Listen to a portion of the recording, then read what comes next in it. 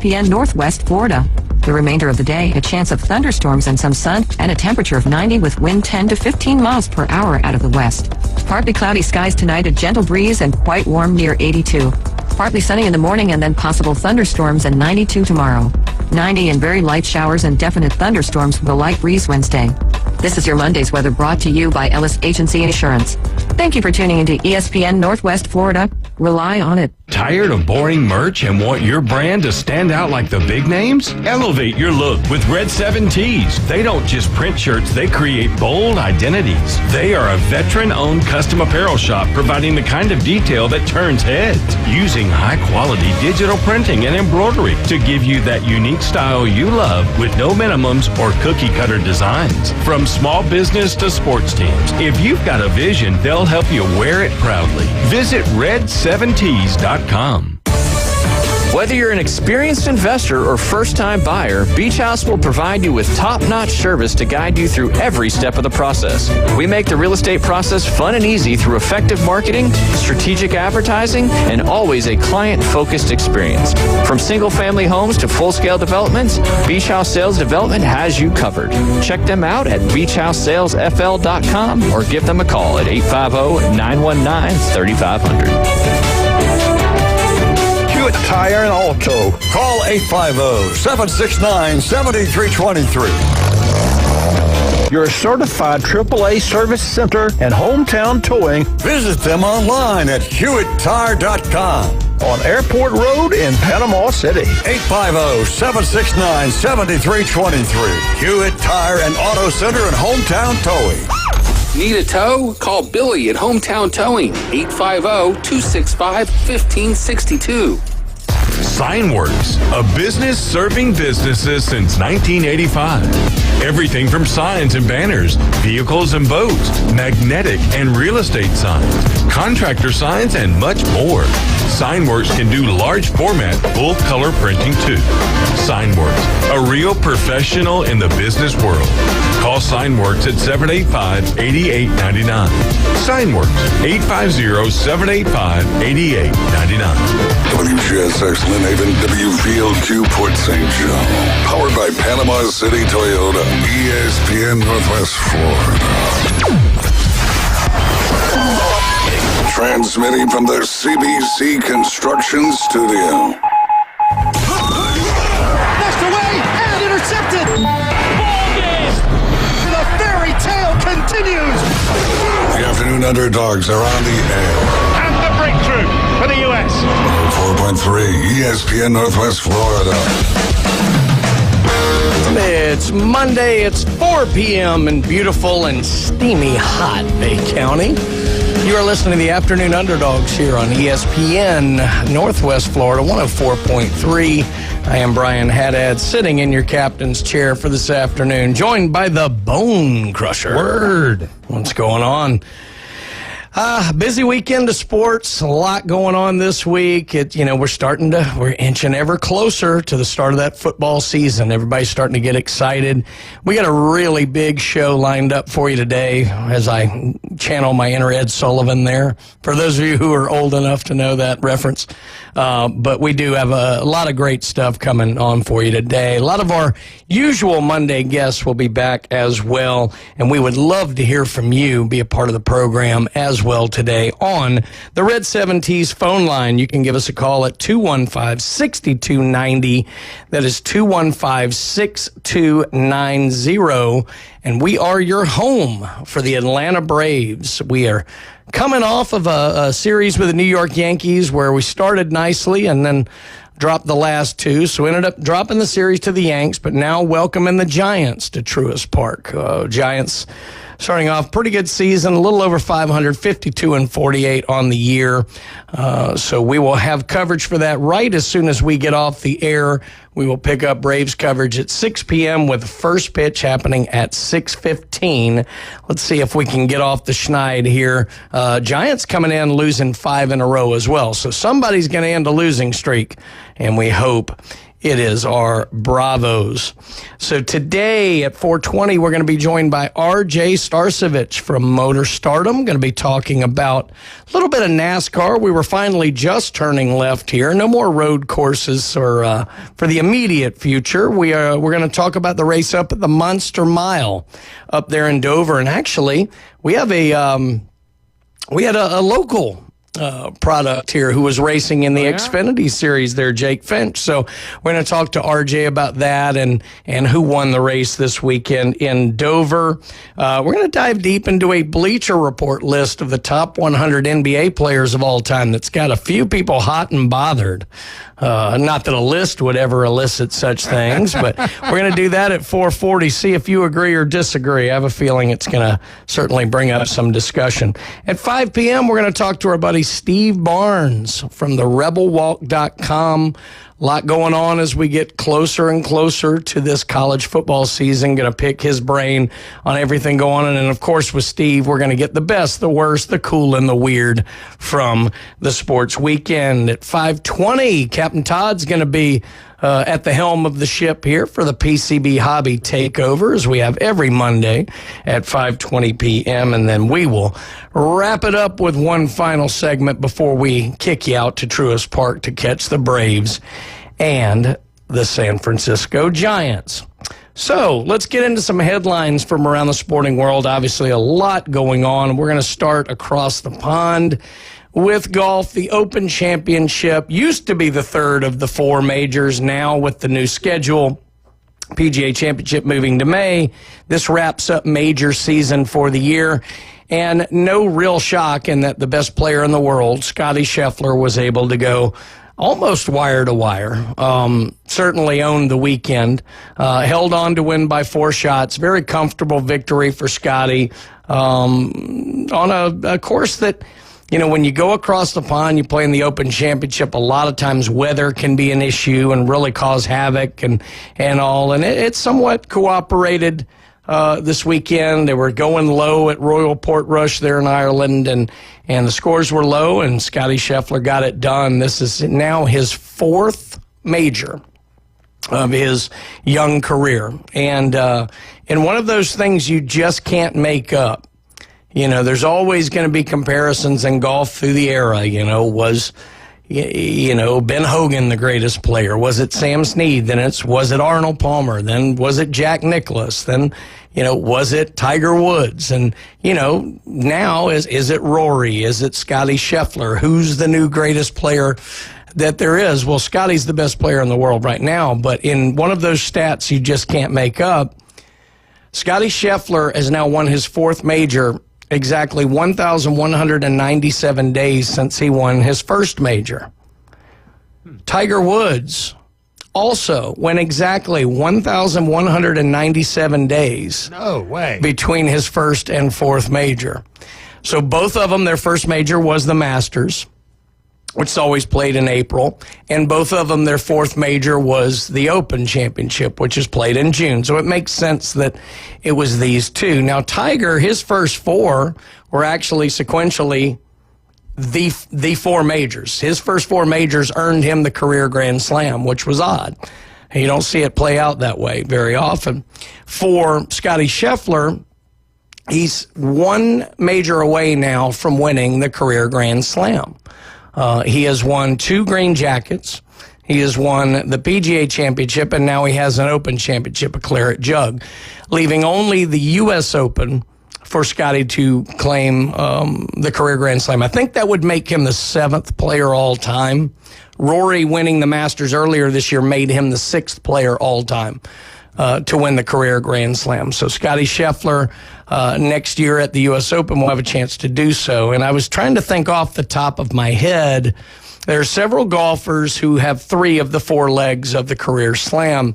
The only 2 that stuck in my mind that were missing the U.S. Open as their 4th one, Sam Snead, who has passed on, never could win the U.S. Open, got really close a couple times, and the person who's gotten close more than anyone never to win it, Phil Mickelson, who I believe has been runner-up in the U.S. Open 6 times, having never won it. So some elite company there that Scotty Scheffler joins. But I just thought that was a crazy stat that both Tiger and Scotty exactly 1,197 days from first to fourth. Absolutely nuts. Scheffler ends up winning $3.1 million for this victory. That'll do if you can get it, right, Bone Crusher? Nice. Yeah. That'll do. It wasn't that long ago that would have won you the season money title, and now they're getting it in one tournament. Scheffler finished the tournament at 17 under. He was the only player in the field to shoot all 4 rounds in the 60s. Harris English finished runner-up at 13 under. Chris Gotterup was third, and Wyndham Clark, who was finally making some good news on the golf end, I'll get into that story in a minute, finished fourth. The Americans were top 4 at the tournament. Of course, Matt Fitzpatrick, he kind of faded a little bit there, but it did finish with a 69. Not a bad showing, but ended up T4 as well as Ha-Tong Lee. The big move of the weekend, Bryson DeChambeau.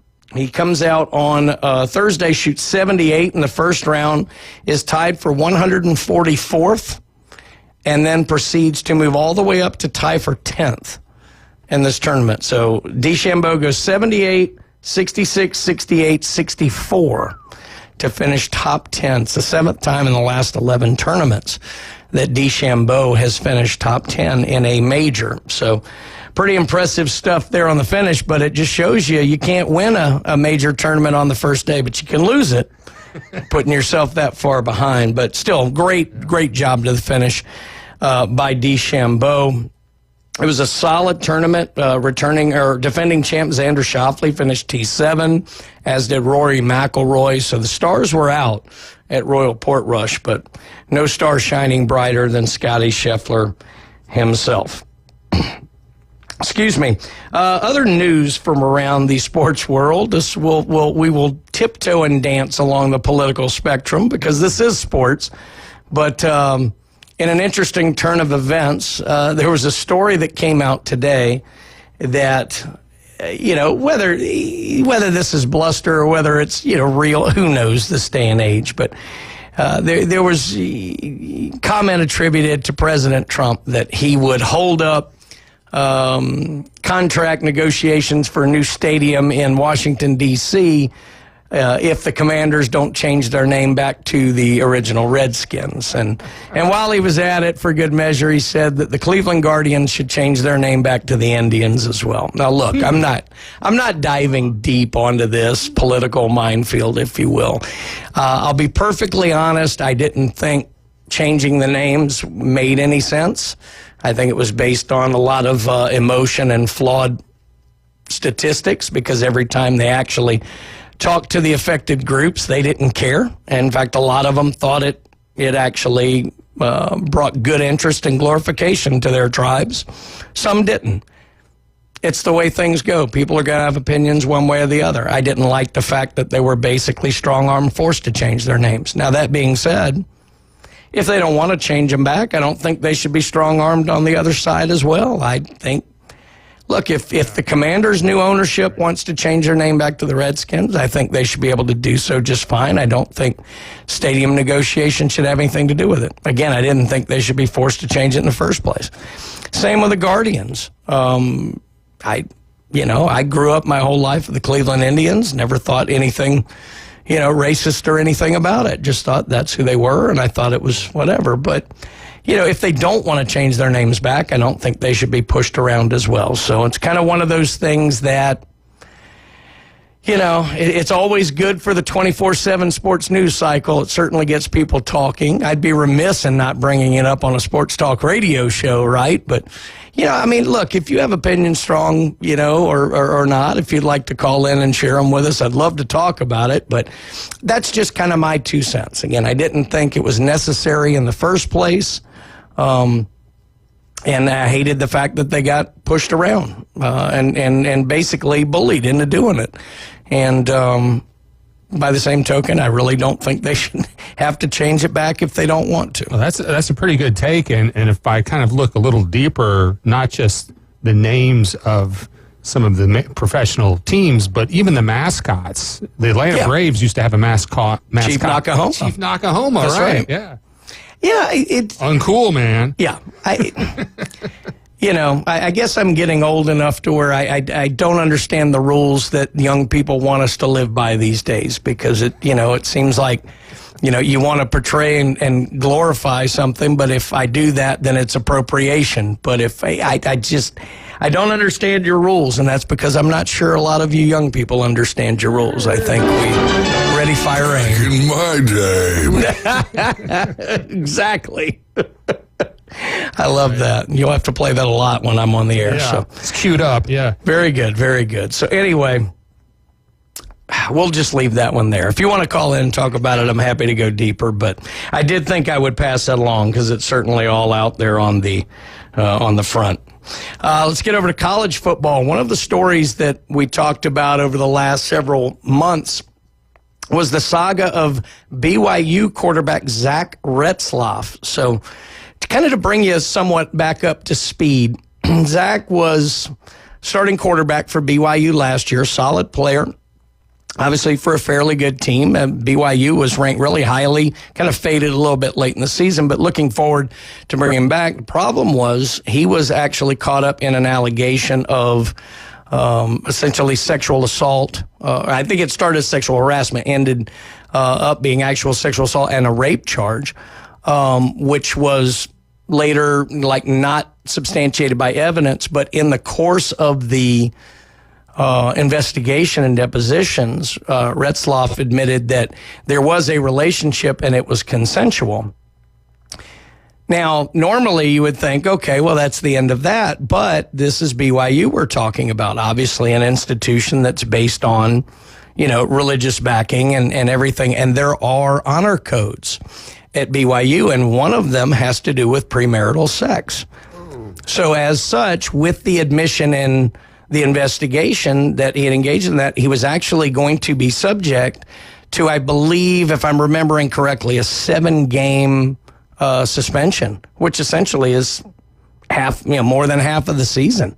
Wow. And decided he did not want to go through that, so he was talking about transferring, and now actually has a transfer destination. Zach Retzloff will be a quarterback for Tulane this year. Lock up your daughters, Tulane. Yeah, there you go. He's heading to the Big Easy. So, you can make all the jokes that you want there. But no, Zach Retzloff will be transferring to Tulane. I guess if you're looking to, what is it people always do? They always go to the polar opposite, when they want to make a change. Pretty sure New Orleans and Utah are about as polar opposite as they get. With the one exception, the Utah Jazz took the New Orleans Jazz when they got their NBA franchise, which has always been hilarious to think of Jazz in Utah. Right. But anyway, so now payback, New Orleans. You're getting their quarterback from BYU, but I think New Orleans would like the name Jazz back. So that's going on. Titans fans, breathe a sigh of relief. Will Levis will 100% not be your quarterback for the 2025 season. I make a joke here. I hate that it's for this reason because I'm not a big Will Levis fan, but nobody wants to see injuries, this, that, or the other. But Will Levis, it has been confirmed, will have surgery and will miss the entirety of the 2025 season, just making it that much more clear that Cam Ward will be the starter. Ward, of course, was your number 1 overall draft pick in this latest NFL draft. Will Levis, obviously, had a good career at the University of Kentucky, showed flashes of brilliance, showed flashes of insanity, showed flashes of everything in the NFL. Obviously, to be fair, not behind the best offensive line in the league and not with the best weapons, as the Titans proved by having the worst record in the NFL last year. But certainly a lot of Titans fans have been a little bit wary of whether Will Levis is the answer for the future, or possibly a little bit wary if Cam Ward got hurt or wasn't maybe ready. Because, look, he's never taken an NFL snap. So if he wasn't ready, would they go back to Will Levis? Well, that won't be an option this year. Levis will miss the entirety of the 2025 season. So Titans fans, relax. We can go 3-14 without Will Levis this year. Staying with the NFL, the saga revolving around the NFL and their Players Association just keeps getting weirder and weirder. So the NFLPA's Chief Strategy Officer, J.C. Tretter, is resigning from his position and has withdrawn himself from consideration for the NFLPA's interim executive director position, a position that became available when Lloyd Howell resigned after a lot of impropriety and collusion charges and all kind of different things, conflict of interest. There's a whole lot going on with Lloyd Howell. Well, Tretter was involved in a lot of the dealings, not only that brought Howell into the position, but that somewhat changed the transparency of the hiring process. And as such, has drawn the ire of a lot of players and union watchers, if you will, with regards to the role that he played in bringing Lloyd Howell into the NFLPA. So there were a lot of people who were certainly not very high on the fact of J.C. Tretter taking over as that. Now, the unfortunate thing is Tretter, in his comments, said, over the last couple of days, it's gotten very, very hard for my family, and that's something I can't deal with, alluding to the fact that perhaps there was some ugliness online. And, you know, look, I mean, the families live this stuff, you know. Everybody thinks it's, you know, fun and innocent, and that's part of the deal. You get paid millions of dollars. I should be able to say everything that I want about you online. But remember, these kids go to school with people who see this, and, you know, the proverbial moving sign in your yard and stuff. It does affect families, and it sounds like that was one thing going on here. And so Tretter continued, so the short bullet points are, I have no interest in being executive director. I have no interest in being considered. I've let the executive committee know that. I'm also going to leave the NFLPA in the coming days because I don't have anything left to give the organization. So more shakeups at the NFLPA. Perhaps it's a situation where it's better just to clean house and start over. Of course, that's always messy as well, but it's a mess out there at the NFLPA. We'll just have to see what the next shoe is to drop. And with that, those are our main headlines. We're going to head to break because when we come back, we're going to talk to our buddy R.J. Starcevich, and we're going to find out who conquered the Monster Mile. You're listening to the Afternoon Underdogs on ESPN Northwest Florida.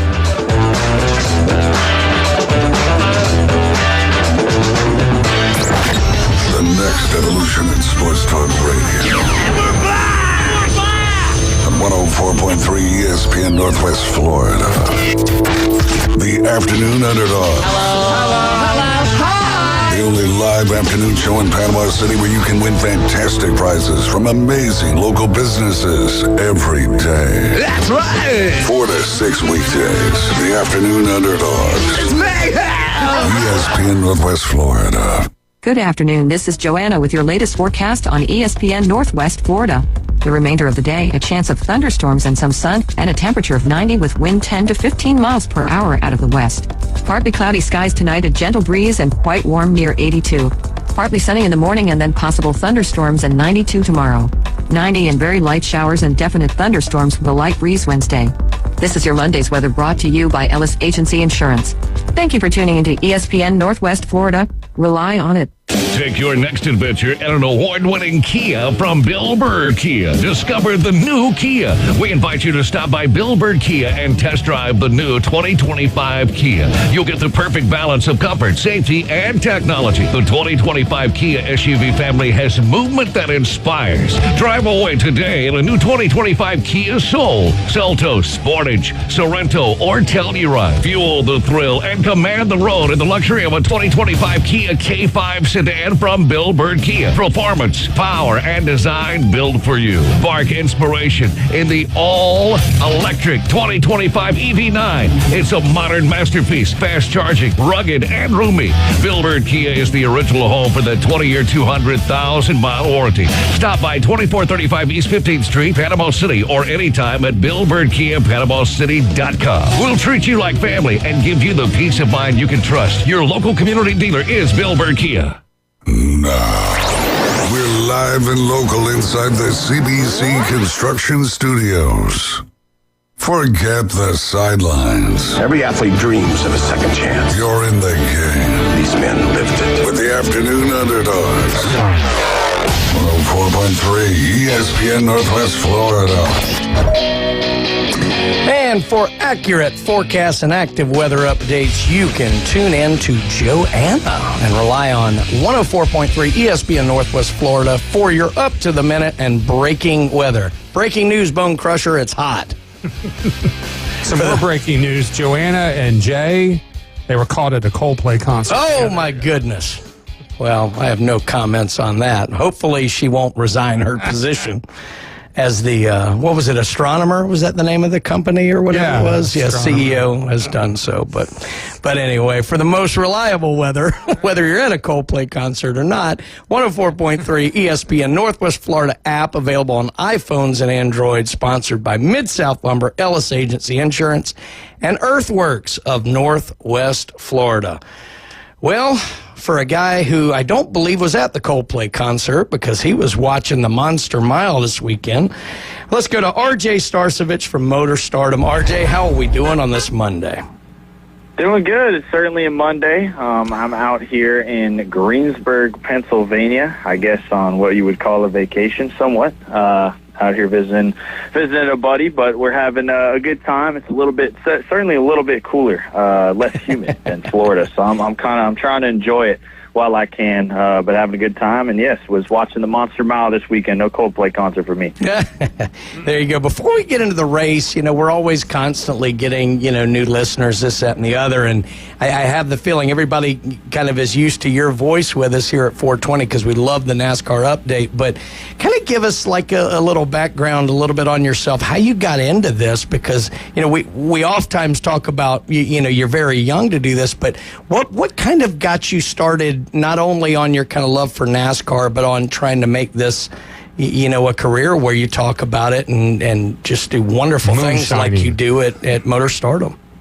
Yeah, well, I definitely appreciate that. I appreciate you guys always. And it kind of started, when I was a toddler, before I could even remember kind of getting into the sport and watching the sport back in 08 and 09, is when I would have started watching it. But then when I was about 14, 15, I decided to make an Instagram account about posting about the sports because that was something I enjoyed doing and wanted to do more of it. I played baseball at the time, played baseball through high school, and that was kind of the thing I wanted to do growing up. Once I got to the point where I was 16, 17, even 18, I was kind of like, okay, maybe this is a thing that I'm going to do. I'm going to ride with and take seriously here because I love doing it so much. So I like to say that things have evolved kind of every year with what I've done. And so over COVID time, getting to hop on all the Zoom calls and get connections with drivers, that was huge for me to get to the point where now the last few years, right, it was NASCAR Report was the Instagram account growing up. Now it's Motor Stardom, converted it into kind of my own brand, my own company.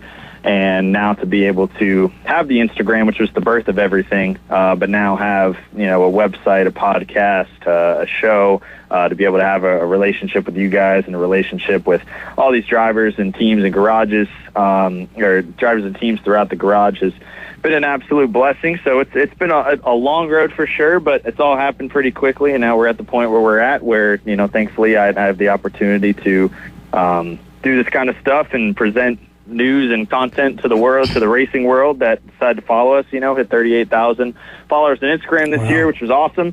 But yeah, 20 years old, got the big 21st in a few months, and I guess people tell me I'm pretty young to be doing this, so I guess I got a long way to go. I'd say so. I've been your age 2.5 times, and I don't think I've lived any of them quite as good as you have so far, but definitely make sure you check out, listen to them every Monday here on the Afternoon Underdogs, but check out Motor Stardom because it is the best NASCAR content out there.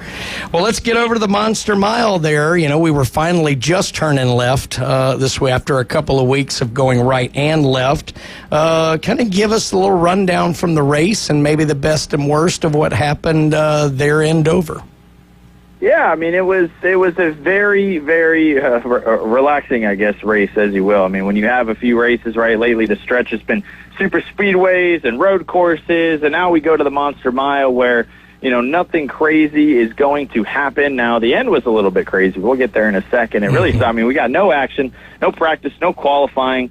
Chase Elliott was able to get the pole by just being the best in the metric, and he was able to stay off front for a good while. I mean, that car has always been consistent week in and week out, so he was able to get the track position. And the word track position was the name of the game. If you were out front, you were likely going to stay there.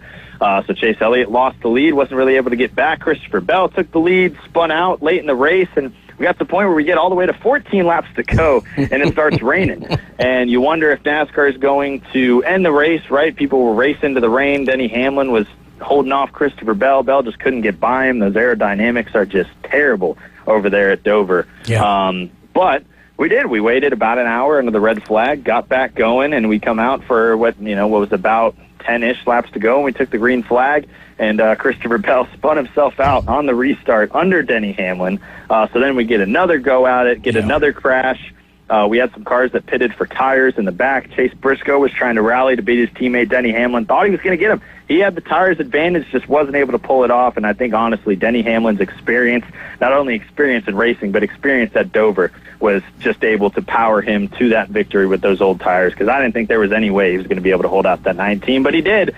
And Denny Hamlin's in victory lane for another time this season, 58th career win. He continues to rack them up and show as he gets older in his career, he's still that guy to beat. Yeah, I definitely want to talk more about Denny Hamlin and kind of his place in NASCAR history. Before we do that, I found it interesting, like you, I just had this feeling with 14 to go. I'm like, they may just call this. Like, do they have any established kind of set policies, like, they have to get to a certain amount of minutes before perceived darkness? Like, do they have anything set like that, or is it just kind of, I would have said it was the France family. Maybe it still is. Whoever makes the decision. Is there anything kind of established, or do they just kind of play it by ear because every situation is different? Yeah, technically they do have policies, right? They have to have darkness policies at tracks that don't have lights. So at Dover, hence this weekend at Indianapolis, right? There's no lights at these racetracks. So there is a certain time where they have to get racing because of darkness. Now, at tracks that do have lights, they still have a time, and it's usually directed by TV, which is kind of suggested. Now, NASCAR is usually able to overrule things, but sometimes they don't. But TV does say, hey, we don't want to start this race after 11 or midnight or something. I find those races fun. But sometimes in TV's case, they don't want to do that just for ratings and such. Let's just bump it tomorrow, blah, blah, blah. But NASCAR knows the logistical compromises of having to move a race another day, if not two. I'd love to say there's specific guidelines, but it really varies by track, and it varies, by weekend, what time the race is. And that's kind of what they're judging by. So it is kind of a ball and strike call when they, decide to either let it ride or call it, right? We saw the Coke 600 last year, most notably, where NASCAR just decided to call it. I can't remember exactly what time it was, but it wasn't too late. And they just decided to call the race. And I know there was a lot of uproar over that. So I'm sure fans that, they pay the ticket and they want to see a conclusion of a race, which, definitely had some action that last 14 laps, probably more action in those 14 laps that we had all race. Oh, yeah. And so thankfully the fans got to stick it out and watch it. But, yeah, no strict specific guidelines, but it always just varies by the track and who has lights and who doesn't. There you go. Well, let's talk about it. Denny Hamlin, 44 years old. Now, like you said, his 58th win. I think that puts him, 2 behind Harvick for 10th on the all-time wins list? Somewhere in there. Yeah. My childhood guy, Kevin Harvick. Yeah, happy Harv. I love him to death. But so this is kind of a tough one, because I was thinking about this and doing a little research on Denny. Obviously, he was kind of the young gun when I really was watching a lot of NASCAR kind of in that mid-2000s. He was kind of the new upstart, and there was a lot of good young drivers in that group, and they're either now retiring or continuing on. Not just how impressed I am by a 44-year-old still being able to do this at such a sharp level, because the fitness you've got to maintain, and especially this weekend, I think he was getting like 130 in those cars, but tough question probably for you.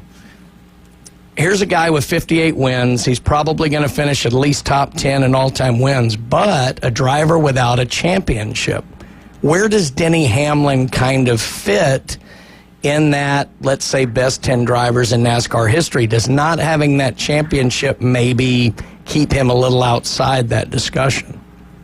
It's such a tough question, right? Because the systems of the playoffs and the chase and what we had before in the Winston Cup, it's all changed, right? So you can't help but think about that, when these discussions are placed, right?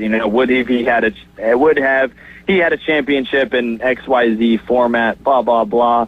I think if Denny Hamlin does win that championship, say, the next few years, he propels himself right up there. Yeah. Just because of all the accolades he's been able to do and how he's been able to stay consistent throughout his career, not only be good, when he came into the series, right, but still be good at his age right now, with all the ever-changing cars. I really have to admire and respect the drivers that can still stay really good with all the changes in the sport. Like a Martin Truex Jr., to be able to still be able to dominate and win races in the next-gen car with all the rule changes, different race cars, different playoff formats and systems, to be able to go through all that change, it's a lot. I think it's harder sometimes to have started 20 years ago and have to change, what you grew up learning your entire life. And it's like when you see Kyle Busch struggle nowadays and when we saw Jimmy Johnson struggle towards the end of his career. Right. I think it's harder in that regard than just the rookies coming in because they're preparing for that next-gen race car now, for years.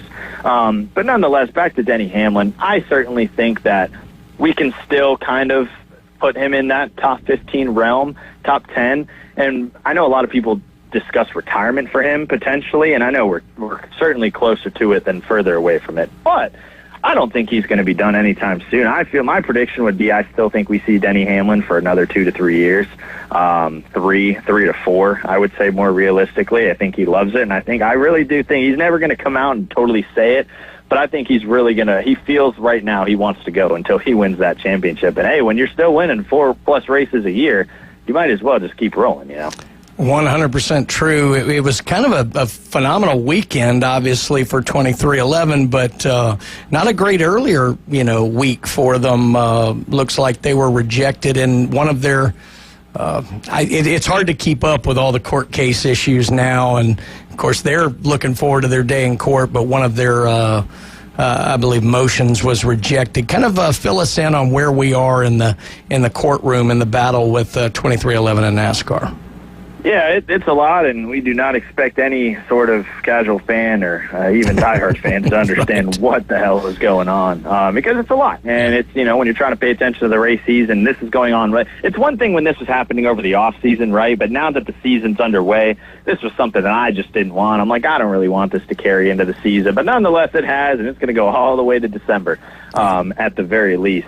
But basically where we sit right now is 23XI and Front Row Motorsports have gotten their charters officially revoked.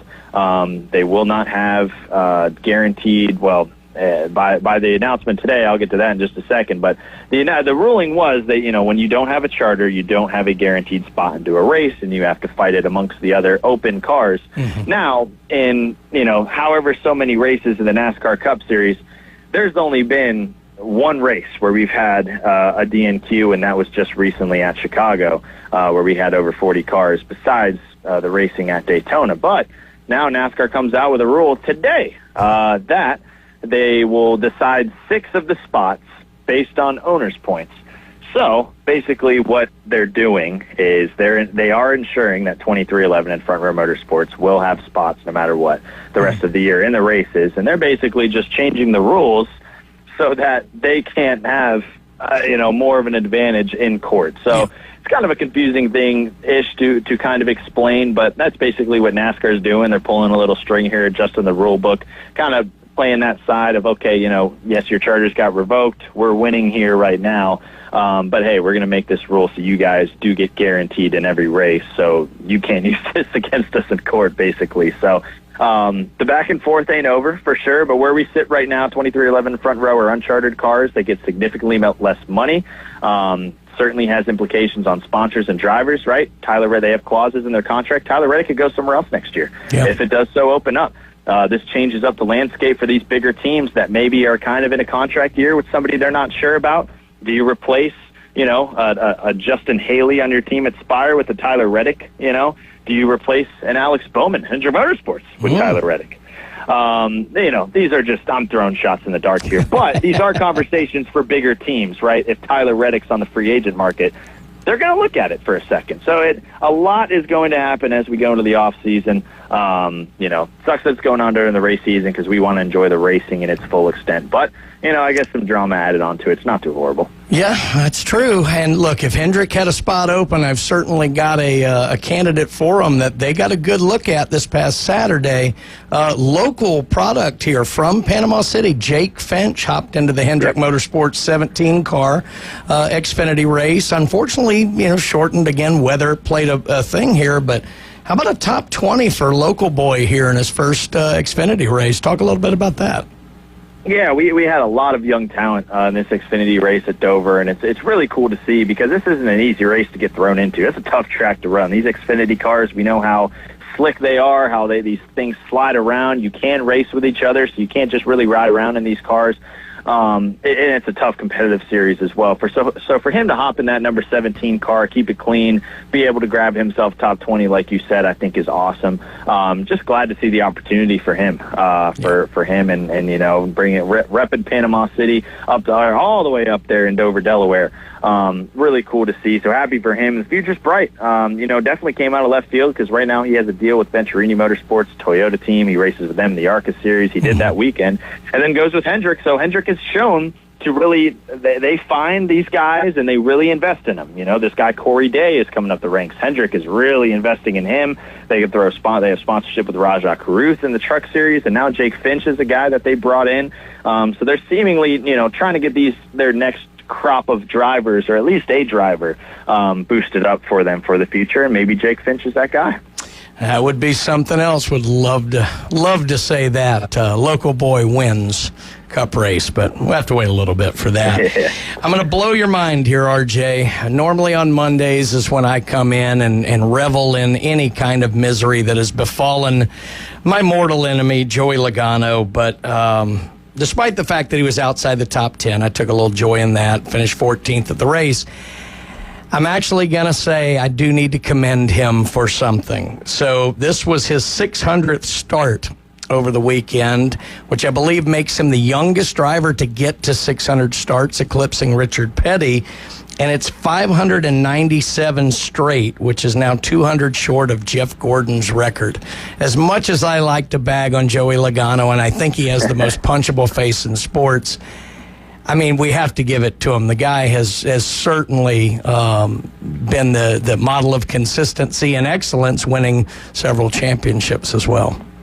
Yeah, 1,000%. Joey Logano has been an incredibly consistent driver in our sport, been very outspoken before as well. Always gives us a storyline. I don't think there's been a year in the sport where he hasn't give us some sort of storyline, whether he's on one side or the other, right? The aggressor or the defender. In this case, he's certainly was the aggressor with Ross Chastain at Dover. That thing certainly isn't near over at all. Any chance he got, he ran into that one car. But a 14th place finish at Dover, not too shabby, especially when you're making your 600th career start and all the fame and attention that goes around that. But definitely, yes, appreciate I'm sure he appreciates the shout out from you. Even his haters, have to sit back and respect, what he's been able to do in the Cup Series. Crazy enough, right? A three-time champion in our sport, and that's just going to be something that's in forever. And who knows? He could make it four this year with the craziness that happens in the fall. So we'll see. No, it's an odd year. He can't win this year. But, yeah, you're right. Well, and don't worry. I made sure Bone Crusher didn't record that part where I gave Joey props, so we'll be good going forward. All right, let's pivot to Indy. Obviously, super famous racetrack, the Brickyard. I mean, need you say more? We're headed there this weekend. We're getting closer. I think we're 6 races away now from the playoffs. But before we get into the race this year, talk about the importance of NASCAR racing at Indy, such a historic track. Very important. I think it just brings the prestige back to what I never thought the Brickyard 400 should have went away. I think the Indy Road Course is great. I always thought I loved the weekend that we put on there in 2020. You had the Xfinity Series running the road course, And then the Cup Series, running the Oval, kind of felt like the main event on Sunday. I thought they did a great job with that, and then they went away from it. But we're back at the Oval. I think last weekend last year put on a great show. The Xfinity race was pretty solid. I believe they're bringing the same rules package back there. Then the Cup Series race was solid as well. So just the history there. It's always great to go back. Like, it's never, sometimes a race is never going to put on the most exciting race of all time, but sometimes you just got to go back there because of the history of the race. I mean, I look at it as a Monaco, right? If Formula One was going back to Monaco for the racing product, they're not. If Monaco wasn't Monaco, it would have been off the schedule 20 years ago. Correct. So I think Indianapolis, it provides us a unique track to go to, just like Pocono, a unique shape. You're never going to see anything like it. And hopefully we pack the stands again, and I think it's going to be a great show, and I can't wait. I know weather's not looking incredible. We're reaching that point of the year where we just never know wherever week we go, right? We're, approaching my dreaded weekend of it. Not dreaded. One of my favorite weekends of the year, going to Daytona, but dreaded as in I'll be checking the weather every hour. Yeah. But yes, definitely excited to see who gets to kiss the bricks. Will Kyle Larson repeat? We'll just have to find out. But definitely very important to be in Indianapolis every year on the Oval. Yeah, weather's certainly an issue. We have that saying in Florida, you don't like the weather, just wait a half hour. But, all right, so quickly, I guess, I wish I could talk to you for 2 hours, but we got to wrap up here. Let's say, give us three, we'll just go Cup this time, 3 racers to look for at the Brickyard. Yeah, I'm looking at Kyle Larson to repeat. I mean, this is his wheelhouse. He ran the Indy 500 there. He looks at this as kind of his redemption, and also redemption for the season. Hasn't had a lot of speed. Found some in Dover. I think he certainly can get a win here at Indy. I'm also looking at his Hendrick Motorsports teammate Chase Elliott. They've been running really well at track that means track position. Hopefully they can qualify well and kind of keep themselves up front here in the Brickyard. I got 2 Chevrolets. We'll move over to, let's say, a Ford here. I think Ryan Blaney was really good there last year. Penske's been kind of on a skid, but Ryan Blaney's been that kind of diamond in the rough there over there at Penske. I think Ryan Blaney can get Penske and at least his 12 team back on track with a victory at Indianapolis this weekend. Well, it'll certainly be exciting and historic when you're heading to Indianapolis, so looking forward to it and looking forward to talk to you again next week. RJ, thanks as always. Motor Stardom, make sure you check it out there, and we'll talk to you after a hopefully very eventful and exciting Brickyard. Yes, sir. Going to be a fun weekend at the Brickyard, and I will talk to y'all next week. All right, that's the great RJ Starcevich, Motor Stardom. Make sure you check him out there for everything you want to know about NASCAR. When we get back, we're going to dive deep into who are the greatest NBA players of all time per Bleacher Report, and how many things are you going to throw at your radio. Coming up next. Taking your hot takes, rants, and takedowns. Let's hear it on the Red 7T studio line. 850-215-6290. Have you ever wanted to reach out and smack someone? Sit your ass down and shut up! Call or text the Afternoon Underdogs on 104.3 ESPN Northwest Florida with your rants, hot takes, picks, and takedowns. This is unacceptable at the University of Alabama! This could go 7 games. You've got to have a bad game at some point. The Red 7T studio line. 850-215-6290. ESPN Northwest Florida. Get in the game. Good afternoon. This is Joanna with your latest forecast on ESPN Northwest Florida. The remainder of the day, a chance of thunderstorms and some sun, and a temperature of 90 with wind 10 to 15 miles per hour out of the west. Partly cloudy skies tonight, a gentle breeze, and quite warm near 82. Partly sunny in the morning and then possible thunderstorms and 92 tomorrow. 90 and very light showers and definite thunderstorms with a light breeze Wednesday. This is your Monday's weather brought to you by Ellis Agency Insurance. Thank you for tuning into ESPN Northwest Florida. Rely on it.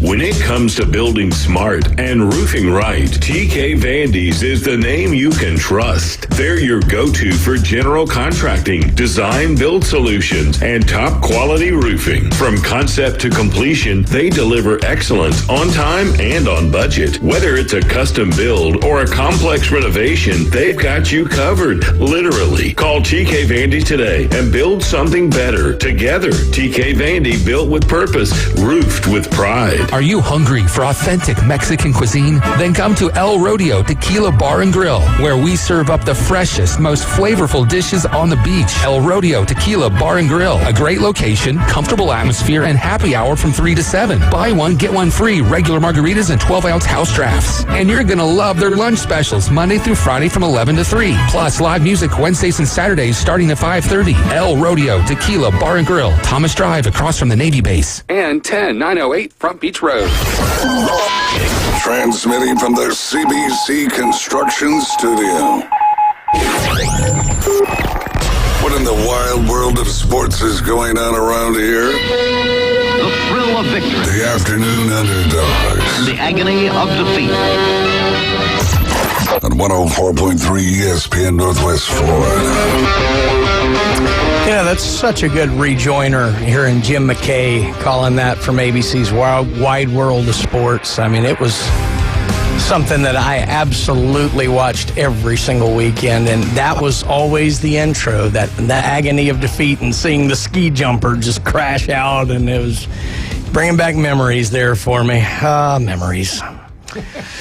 But anyway, well, look, for the latest in the world of golf, hot topics, and analysis, join Alan Watson from Golf Plus every single Thursday right here at 4:20 p.m. on the Afternoon Underdogs, the Watson Report, exclusively on 104.3 ESPN Northwest Florida. And quick note on yes, that, Alan sir. made a visit today on the Inside Drive. Oh, okay. He's got a little sweet deal going on. If you go over to his shop here at Panama City Beach and use the keywords, the Inside Drive, boom, 20% off in stock shoes and hats. There you go. All right, I'm leaving right now. But yeah, definitely go see Alan over Golf Plus. Shops at Edgewater over there by Firefly, and make sure you get. They are the best in the business, and you will enjoy your game that much more if you have the right equipment. You know, it's funny how that works. You have the right equipment, you play better. So go see Alan and the crew. And what was that? ESPN Northwest Florida. What Keywords. The Inside Drive. That's right. So we'll give a little love to the other show. We'll have to come up with our own thing, but that's all right. Go see Alan. Okay, folks, we'll get into our list. I'll channel my inner James Hale here and give you a list to go through, but it won't be about college football. This one's going to be about the NBA. Now, Bleacher Report came out with one of their top 100 NBA players of all time list. Now, we're not going to go through all 100. We're going to go through the top 20, and I've been debating how I wanted to do this, because right in the middle, either way we did it, is going to be where I have a feeling the consternation is going to come into play.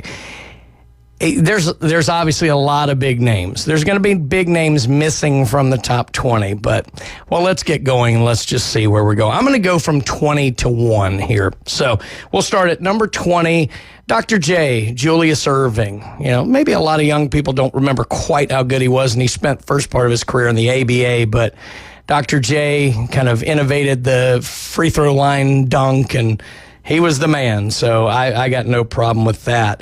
At number 19, the Admiral, David Robinson, Spurs legend. I'm okay with that one as well. Number 18, a little more current in this, recently retired, Dirk Nowitzki from the Mavs, led the Mavs to a championship, and kind of spearheaded that. Wasn't the first, but really drove that big European influx into the league there in the very late 90s. Speaking of that influx and how it played forward, recency bias at number 17, Nikola Jokic. Couple of MVPs, might should have had another one in there, or maybe two. I certainly have no problem with this. It's always hard to put active players, to me, on a list of the best all time, but I certainly could see him slotting in right around here. At number 16, Kevin Garnett, famously came right out of high school and into the NBA back in, I believe, 1995. Won a championship with the Celtics, was able to go back to the T-Wolves there at the end of his career. Maybe a touch high for me here. It wasn't quite as big on KG as maybe some of the others, but I'm not up in arms over it. So we'll give KG number 16. At number 15, when the logo of the league is made after a silhouette of you got to be top 15, right? Jerry West recently passed away. Right. Wonderful career for the Lakers. Obviously extended that career into the front office for the Lakers. Don't believe everything that you see on HBO sitcoms as well as it relates to the Lakers during Showtime. I think they've really portrayed Jerry West in a very poor light that I'm not sure is earned. But phenomenal player. I think 15 fits just about right. And number 14, the man who truly innovated the triple-double, Oscar Robertson. I think oftentimes has been overlooked in just how good he was as a player because kind of was in that earlier time where not everything was televised. But Oscar at 14 maybe could be higher, but I'm okay here. Number 13, KD, Kevin Durant. Unbelievable talent, couple championships, MVPs, great player. Might be a touch high for me, maybe at the end of his career. Look, going to Houston, he's in prime position to get another one here because that's a good team. It may be a little premature for me to have him at 13. I'd say maybe more at 19 or 20, but I'm okay with it. At number 12, I'm actually very happy about this. Hakeem Olajuwon, who I think oftentimes gets overlooked in just how good he was. Obviously, in a center-dominated league for so long, you hear Wilts and Russells and Shaqs and all of that, but Olajuwon was as good and as skilled as any of them. Couple of championships there with the Rockets. I know it was in the time Jordan left the league, but I think Olajuwon always got overlooked, so I like him at 12. Here we go, folks. At number 11, Kobe Bryant. So not making the top 10.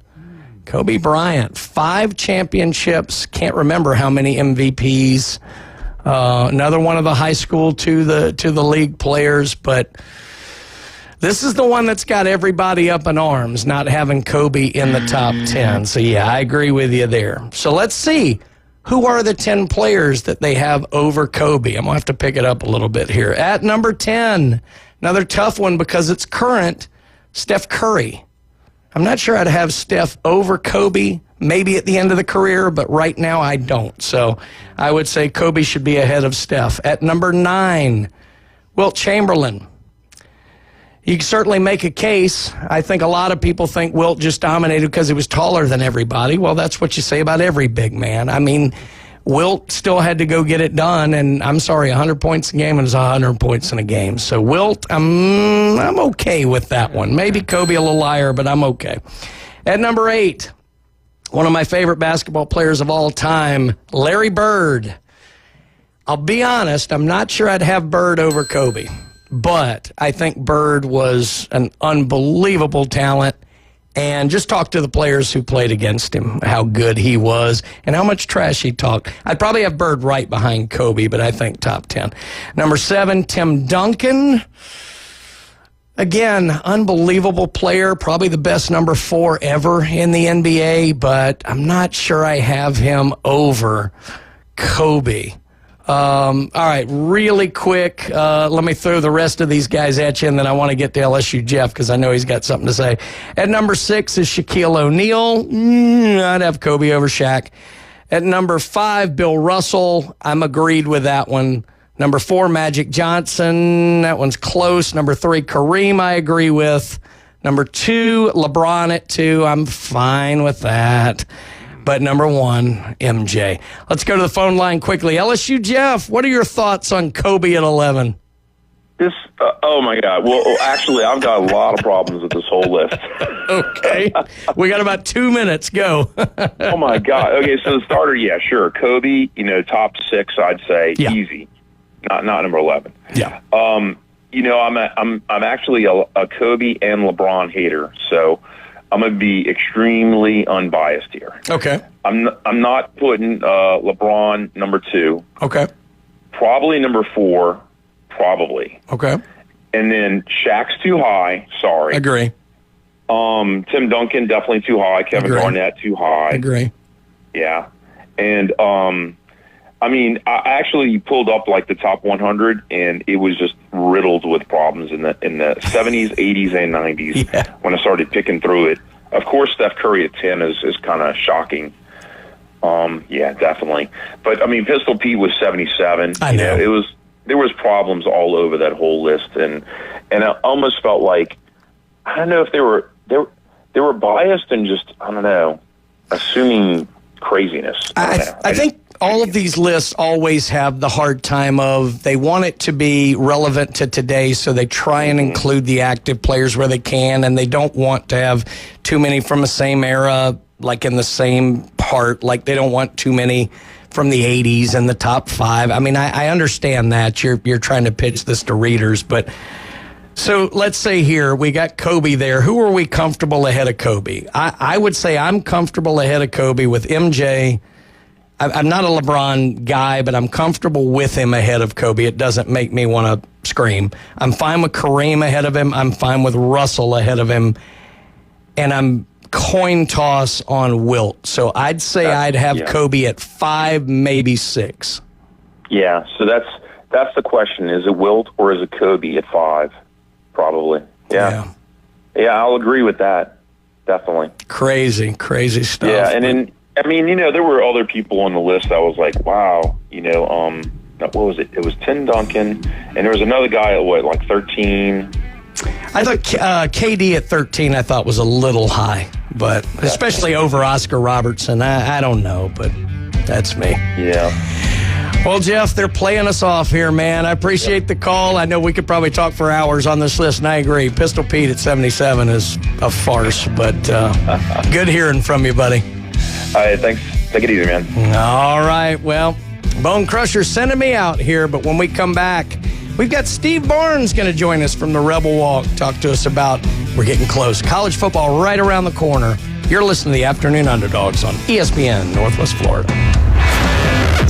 The Red 70s studio line is now open. 850-215-6290. Weather in the Panhandle never stops. Turn to 104.3 ESPN Northwest Florida. This is Joanna with your latest forecast. Up to the minute weather reports all day long. A chance of thunderstorms and moderate rain. In-depth storm coverage. Winter Storm Enzo. And breaking weather as it happens. Hurricane Helene. ESPN Northwest Florida. We do have a tropical storm warning. Rely on it. Good afternoon. This is Joanna with your latest forecast on ESPN Northwest Florida. The remainder of the day, a chance of thunderstorms and some sun, and a temperature of 90 with wind 10 to 15 miles per hour out of the west. Partly cloudy skies tonight, a gentle breeze, and quite warm near 82. Partly sunny in the morning and then possible thunderstorms and 92 tomorrow. 90 and very light showers and definite thunderstorms with a light breeze Wednesday. This is your Monday's weather brought to you by Ellis Agency Insurance. Thank you for tuning into ESPN Northwest Florida. Rely on it. Lone Star Boil House and Sports Bar, where the locals go for the best boiled seafood around. Crawfish, shrimp, red royals, and everything crabs. Watch almost every sporting event in the country on their huge outdoor jumbotron. Follow them on Facebook to stay up to date on weekly events, live music, and food and beer specials. Lone Star Boil House and Sports Bar, your home away from home for sports, good times, and great food. The best boiled seafood. Lone Star Boil House and Sports Bar, 320 West 5th Street, downtown Panama City. WGSX Lynn Haven, WVLQ Port St. Joe. Powered by Panama City Toyota. And that's out of the ballpark. ESPN Northwest Florida. Reliable Coffee Products is proud to be the exclusive dealer in Northwest Florida for Kyocera office equipment. Reliable Coffee Products has been committed to providing professional, personalized service for the last 35 years. They understand that the right equipment does not always fall within today's budget requirements, so they offer several options for the equipment you need today for the growth you expect tomorrow. Call James Mothers at 784-6601. 784-6601. Reliable Coffee Products on Harrison Avenue, just north of Bay High School. Broadcasting from the CBC Construction Studios. The mission? Your mission, should you decide to accept it. Save the Panhandle from boring cookie-cutter radio. Now back to the Afternoon Underdogs. The state will self-destruct in 5 seconds. 104.3 ESPN Northwest Florida. Hour number 2 of the Afternoon Underdogs. Somebody at the FCC is not listening. We got away with it. Well, every Monday I look forward to, a couple of things. Starting the work week. Just kidding. But I do look forward to 5 p.m. because I get to talk to my good buddy Steve Barnes from over there in Pensacola and the rebelwalk.com. Steve, we're getting awful close to college football. It's getting exciting. Yeah, but I'm kind of stunned here. I just turned on your feed online. When did you become a Rated X show? How can you wear that pornographic shirt on camera? I'm trying to channel us to at least be 15th in the SEC this year. I think you got a shot. Well, look, it took us 100 and some odd years to win a national championship in a sport, Steve. I'm wearing the shirt. I got to get it done because it may be 100 more years before we do another one. But anyway, well, I, as always, love talking with you here. I know you got a piece you're working on. We're going to get to that in a little bit, but let's do what we always do on Monday. Let's talk to you about your best, your worst, your cool, and your weird of the sports week. Best was on Friday night, and Ronald Acuna's throw from basically the right field corner to nail the guy tagging from second at third against the Yankees. I always had the top 2 throws I've seen in my lifetime. One was, it's Bo Jackson. Oh, with Harold Reynolds. Yeah, throwing from the warning track. The second was a 79 All-Star game, where Dave Parker threw out, I think it was Brian Downing at the plate, and Gary Carter was catcher, did a great job sort of shielding him off the plate. Coincidentally, both those throws were in the Kingdome in Seattle.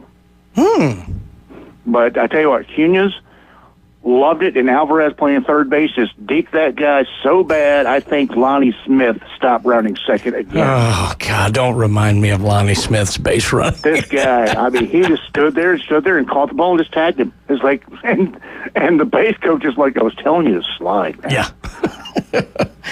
Well, that's cool. All right, what's our worst? Well, Corey Adams, a freshman defensive end at Ole Miss. Well, you can't really call him an incoming freshman. He graduated in December and took part of spring drills. Right. He was up in Memphis last weekend at a party, I guess, and somebody shot him and killed him. Yeah. So, I hate that. 18 years old, I believe, was from what? He would have been 19 next week. Oh, and from New Orleans, I think it was. He was from New Orleans, went to Edna Carr High School. Yeah. Golly. Now, tragic. Now, this didn't happen on the weekend. Okay. So, we'll stretch the rules for you. Thank you. The way that the ESPYs honored Lee Corso. Ah, okay. Yeah. That was very, very cool. Many, many years ago, I was going to cover a Troy game against Missouri, and ESPN was, broadcasting it. It was Mike Tirico, Herb Street, and Corso. And I got a phone interview with Tirico, and I'm talking to him, and I got my little questions in, and we're just talking now. I said, what's it really like with those two, with Herb Street and Corso? He goes, I love being in the rental car with them because it's like my big brother and my dad talking. Now, fast forward a few days later, I'm up in Troy, and we're all at the same table in the media dining room eating. And I'm listening to Corso talking to Herb Street, and Herb Street, oh, come on, coach. And then Corso would come up with another line, and he goes, okay, I see, you win, okay. And I looked over at Tirico, and he just looked at me and said, told you. I love that, yeah. Now, the weird one, also, I missed this one, so it's kind of weird when I miss one. But I love the weird things when things come full circle. Hal Mumme, one of my favorite coaches in the world, love that guy to death. Yeah. He started his career at NAIA Iowa Wesleyan. Okay. Last week, he took a new job. He's going to be the offensive coordinator and quarterback coach at Centenary College. Yeah, it was Shreveport. Yeah, Shreveport. Yeah. He's 73 years old, and I think this is a perfect way to honor him because Centenary's mascot or nickname or whatever you call it, they're the gentleman, and this man's a gentleman. The only thing I think I ever knew about Centenary is, if I'm not mistaken, Robert Parrish played at Centenary. The Chief. And I don't think he's in your top 100 of the NBA players either. He probably should be. I mean, he wouldn't be top 20. Hey, the Chief was a bad man. He was a great player. Great player on a great team, that's for sure. But I want to say, now I'm doubting myself, but I'm pretty sure that was the only thing I ever knew about Centenary, other than it was in Shreveport, was I believe Robert Parrish played there as well. So I have to look that up afterwards. And what I like, you'll find, like, Ole Miss is the Rebels. They'll call the women's teams the Lady Rebels. Mm-hmm. At Centenary, they're the gentlemen, and the ladies' teams are called the ladies. Oh, that's perfect. I love it. I think that's really cool. I agree. I love it. Well, let's stay in Louisiana, and let's talk La Tech. So La Tech headed to the Sun Belt. Is that a good move, and what does that mean nationally kind of going forward for Louisiana Tech? Well, for Tech, I don't think they were going to get into the Pac-12 or anything like that. So they had to get someplace to go, and they wanted that at Conference USA because Delaware is one of their, conference teams. From Ruston, Louisiana to Delaware? Yeah. Come on. The weird thing is about this is there's some bad blood between Louisiana Lafayette, Louisiana Monroe, and La Tech. Mm-hmm. La Tech always had that superiority concept over them. Kind of like Ole Miss will not play Southern Miss because Southern Miss will want a home game in Hattiesburg with them, and Ole Miss is like, no, we're not doing it. Right. Same kind of thing with these, but now they're in the same conference. They have to do it. Mm-hmm. But what makes sense to me about this whole thing, they put them out, they're in the West. They're going to be the westernmost team since Texas State left. They are only a couple hours away from Arkansas State and not that far away from southern Mississippi. Yeah. So it makes geographical sense. Now, the thing is, that's another team Conference USA's losing. Yeah. Western Kentucky has said they would like to go to the Sun Belt. The MAC, Ohio said they'd like to go to the Sun Belt, which, again, geographically, I have actually driven from Mobile, Alabama to Toledo, Ohio. One's on a Great Lake, one's on a Gulf. Not really geographically cool, but, hey, that's what they want to do. Rock on. I think what this is going to do is this might kill Conference USA. Yeah.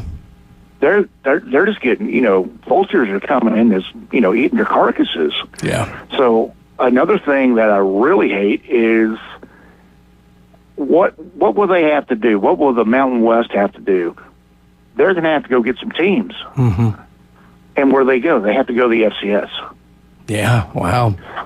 So the Mountain West could try to go get North Dakota State, South Dakota State, and get them. The Sun Belt, or not the Sun Belt, the MAC, they can try to go get some of those, Illinois states. Right. This could kill the FCS.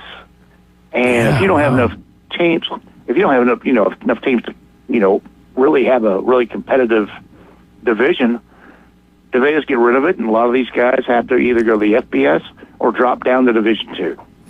I hadn't really considered that, but that's an excellent point. And, in all of this, I was looking at it, and, of course, I grew up in Mobile, South Alabama fan. I remember going down buying scalp tickets to the 91 Sun Belt Conference tournament and everything. And even then, we're talking about it, it's set regionally now, probably as good as any conference in the country. Even back then, the Sun Belt was South Alabama and UAB and whatever, but it had Western Kentucky, it had Old Dominion, it had VCU, so it was really spread out there. So it is good to occasionally see a conference look a little more regionally like it makes sense. But Old Dominion is back, as is Marshall. Yeah.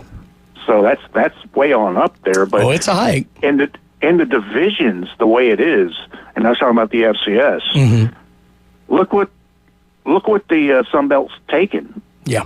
They've gotten Marshall, they've gotten Georgia Southern, they've gotten Troy. Conference USA's got Jack State. You took these great 1AA powers or FCS powers, brought them up, and now they're in this conference. Well, that's a pretty good Eastern Division conference there. No, I agree. And if you throw Tech in, well, Tech has not been good in the last few years. And Sonny Cumbie, I think, is probably on his last legs as head coach this year. But you still have Louisiana Lafayette, who's, I think, the class of the West right now. But Arkansas State's getting really, really good. Yeah. So you're good. I mean, I think the Sun Belt's going to pull in probably 4 or 5 bowl teams next year. Outstanding. So I know you're working on a piece here about biggest cupcake, toughest stretch of games, and who misses who in the SEC this season. So let's get a little preview here, Steve. And who do you have as your biggest cupcake? Florida opens up with Long Island University. Now, I started not Long Island iced tea, but Long Island University. Well, I think they're going to play about the same way as I've had, walking around after 4 or 5 Long Island iced teas. But LIU, I like to think that I know a little bit about college football. Mm-hmm. I didn't realize they had a team. Yeah. So I went to their official website, and we're 40 days away from this game, right? Yeah. Their official website doesn't have a roster. Man. Now, they started the program in 1966. They went 5-0, but they're playing like club teams and stuff like that. Yeah. Last year, they were 4-8. I don't think they won more than 4 games in like 10 years. But Ron Cooper's the new head coach up there. Okay. And he came from Alabama. He had been at South Carolina, been at Mississippi State. Mm-hmm. He was a head coach at Louisville. So he's got a lot of contacts in the SEC. I think that's how they got that game. Yeah. But still, this is kind of weird, too. Long Island's going to get $525,000 to come down and play and get killed. They're also going to get 2,000 tickets. Do you think Long Island's going to travel 2,000 people? I can't see it. Now, on the converse, South Florida, which is, right down the road in Tampa, they're going to go to Florida this year. Yeah. They're only getting 500,000. Interesting. Can't prop up that in-state rival for recruiting, I guess, but it's crazy. All right, so that's your biggest cupcake. What's your toughest stretch of games on the schedule this year? I really have to go with South Carolina. Okay. From October 11th through the end of the season, the regular season, they have at LSU, Oklahoma at home, Alabama at home, at Ole Miss, and at Texas A&M. Yeah. And there's not a bye in any of those weeks. They've got to do those back-to-back. I think that's got to be the toughest. Yeah, and then you come out of that, you play Coastal Carolina after that too, who's getting better, obviously, and then Clemson. So yeah, that's a pretty good stretch. I want to pick your brain about this. I'm looking at the SEC football schedule here, and obviously, look, it's not easy to put something like this together, and there's always going to be teams that complain about this, that, and the other in terms of when they have the byes. And of course, now you have the 2 bye weeks and everything. Mississippi State and Ole Miss are the only 2 schools who have a bye week before just 1 game, and that'll obviously be before the Egg Bowl. So most schools, you've got a stretch of 3 games, a stretch of 4 games, a stretch of 5 games. Some mix and match of those, but that's the breakdown. State and Ole Miss each have a stretch of 6, a stretch of 5, and then the 1. So they're the only 2 schools like that. The one, to me, that looks the weirdest and probably the worst, because this stretch to me looks tough. Kentucky. They start with 3 games. They have Toledo, they have Ole Miss, they have Eastern Michigan. Then they have a bye week. They have South Carolina on the road, Athens on the road. Then they have another bye week, and they go 7 straight to finish the year, Steve. Texas, Tennessee, Auburn, Florida, then Tennessee Tech, Vandy, and Louisville. The way the byes fall, that just seems a little bit rough, and I think it may be the only stretch of 7. I might be wrong on that, but I think that's the only stretch of 7 consecutive games that I saw. Well, what I think is going to happen is the reason I went to South Carolina over Kentucky is, I mean, I hate to say it about Kentucky. I've got great friends up in Lexington. Oh, sure. I think they might have given up by that time. I do think this is Stoops last year. Yeah. And this time next year it's going to be John Summerall in Lexington. So I think they're just sort of going to give up. But Shane Beamer, he has to have a decent year. Mm-hmm. And he's going to throw out, I mean, think about the special teams he's going to throw at each game. Think about what Lenore Sellers is going to do each game. They're going to give everybody their best. I'm not sure Kentucky is. That's why I went to South Carolina. I think that's fair. And, you know, like I said, it's always tough to figure this stuff. But the other thing about Beamer that I'll say in watching him, because I think for at least 2, if not 3 seasons since he's been at South Carolina, I thought he's done more with less than anybody in not just the SEC, but in the country. I think he's done a wonderful job. That being said, the one thing on him, he doesn't seem to follow up. Like he'll have a season where they overachieve and the next season they under. And that's what I'm a little bit worried about this year, especially with that stretch of games there. There's a lot. I mean, they were, you know, right there with Alabama and Ole Miss in the discussion of who, you know, maybe should be the last team into the playoffs. There's a lot of big talk coming into this year. You got Sellers back. Can Beamer get out of that not having kind of 2 great years back to back? Because I think you're right. I think he needs to with all the hype there is in Columbia. Well, I think the 2 SEC coaches that, I don't want to say hot seat, but I think Stoops has pretty much seen the writing on the wall. Mm-hmm. The other was Sam Pittman. Yeah. He is going to have to do something at Arkansas. I agree. The one I'll throw onto the list that would be my surprise maybe coming into the year, because of what they lost, and I know their schedule lines up pretty good for them, Missouri, I think, is really going to struggle this year. I think they lost a lot from what made them good, and I know it's a tough place to play, and I know Drinkwitz does a good job there, but that's a team that would not surprise me if that one got off the rails this year. Well, I think Drink has earned enough, you know, credibility. That's right. At Columbia. I think he's safe this year. Same thing with Brian Kelly. Yeah. I mean, I heard somebody on, I think it was ESPN, say, well, it's national championship or bust. No, it's not. It's not that. Now, I thought he was going to lose his job last year going into the season, but I thought they were going to struggle worse than they did. But and the other thing about LSU and the last little topic I had. Yeah. Who gets to miss people? LSU gets to miss Tennessee and Texas. That kind of helps. The only other one I think really, really helps is Ole Miss. You miss Texas and Alabama. Yeah. So you got Georgia, and, you know, other than that, I think everything else is manageable because you've got to go to Athens. And, let's face it, the Bulldogs are a little PO'd about what happened in Oxford last year. Oh, yeah. So, I mean, that's going to be, you know, tough to handle.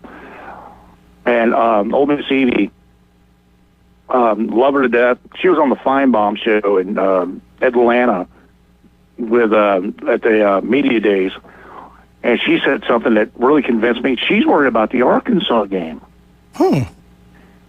Arkansas always plays Ole Miss tough. Right. It's early this year. And these kids love Pittman. Yeah. I think they're going to go out there and fight to the death to save their coach's job. Yeah.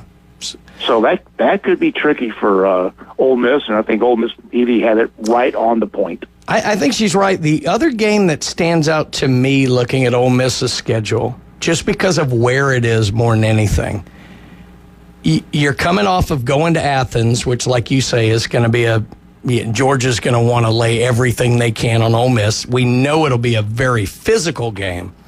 You come right back and you go to the other extreme geographically in the conference. You're going to Norman, Oklahoma, against a team that every expert seems to think is going to be really good. I'm not sure I see it. But back-to-back, that trip to Oklahoma after going to Athens, that one could be a little scary too. When I was putting together the toughest stretches of games in each schedule, that was the only 2 I had for Ole Miss. And that's why they couldn't make the list of, you know, the toughest stretches. There's only 2 of them. That's right. And there are a couple of the teams that have, like, 2 of them that are really tough back-to-back. They have a bye week between them. Yeah. So, I mean, I just thought that, man, that trip to Norman. I've never been to Norman in my life, but I've seen Oklahoma play twice in the Orange Bowl, and they beat Florida State in '79 and '80. And I'm sorry if I never hear Boomer Sooner played again by a band. My life is complete.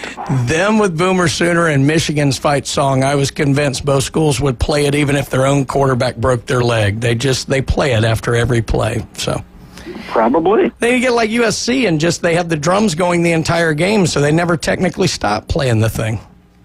I remember being at a Florida State game at Tulane, and the referees threw a penalty flag on Florida State on defense because the band was playing the chomp, da, na, na, na, na, and they made them stop. And seriously, a few hundred people were sitting in the front row of the Superdome, and they leaned over and started doing the drums on the metal siding of the Superdome wall.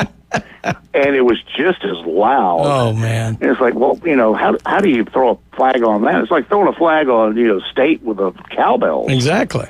Kevin Sluter's a good friend of mine who played defensive end at State. That's right. And when they had that rule, it said, you can throw a flag on that. And he's like, that's terrible. Yeah. How many Ole Miss fans are going to sneak cowbells in to Scott Field, ringing them, and get penalties on State? It's like, yeah, that makes sense. Yeah.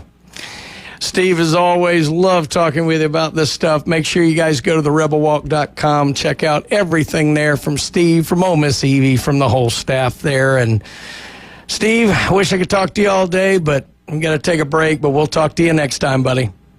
All right, well, next time wear a poncho over that shirt, man. Will do.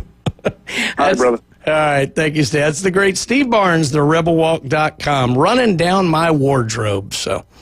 Well, I'll fix that for him next time. All right, when we're going to head to a break here, when we come back, aye, Captain, all aboard. It's time for the PCB Hobby with Captain and the Doctor. Coming up next.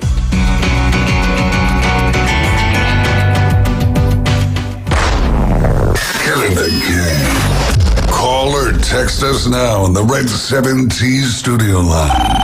850-215-6290. Your attention, please. ESPN Northwest Florida reminds you it's the law. It's the law. When there's a double red flag, stay out of the water, stick your toes in the sand, grab a cold drink, and listen to live sports. Swung on, miss, strike three. 104.3 ESPN Northwest Florida. Double play! Good evening. This is Joanna with your weather forecast from ESPN Northwest Florida on this Monday. Mostly clear tonight with a wind out of the west around 9 miles per hour and a low of 82. Tomorrow morning look for mostly sunshine with a temperature near 92. The afternoon and evening, a high around 92 and light sprinkles and possible thunderstorms. Wednesday hot with a high of 88 and very light showers and definite thunderstorms. This weather forecast is sponsored by Mid-South Lumber, the best little lumber yard in Panama City. Thank you for listening to ESPN Northwest Florida. Rely on it. Sizzling hot weather is here. Time to go shopping in some nice air-conditioned surroundings. I know just the place, that boot store. Ooh, it's nice and cool in here with a scent of real leather. Sweet. The Western surroundings and huge name brand selections will make you want to buy 4 or 5 outfits for the whole family, from the smallest to the largest. And why not? Their prices are the best in the area. Open Tuesday through Friday, 9 to 5. Friday and Saturday, 9 to 5:30. Remember, God is good all the time. That boot store next to Billboard Kia, 15th Street, Panama City. Do you own an HVAC, plumbing, or home service business? Then listen up, because if your phone's not ringing, your marketing isn't working. At Amplify AI, we use real AI-powered marketing to fuel your website, boost your SEO, and drive quality leads that grow your business. That's why we amplify your business results using AI. We're local, right here in Panama City Beach, and proud members of the PCB Chamber of Commerce. Call Lee at 850-299-1269 or visit weamplifyai.com. Hear the roar. Broadcasting from the CBC Construction Studios. Chop on, Braves fans. That is gone! Since 2017, your home for the Atlanta Braves on the Gulf Coast. Now back to the Afternoon Underdogs. ESPN Northwest Florida.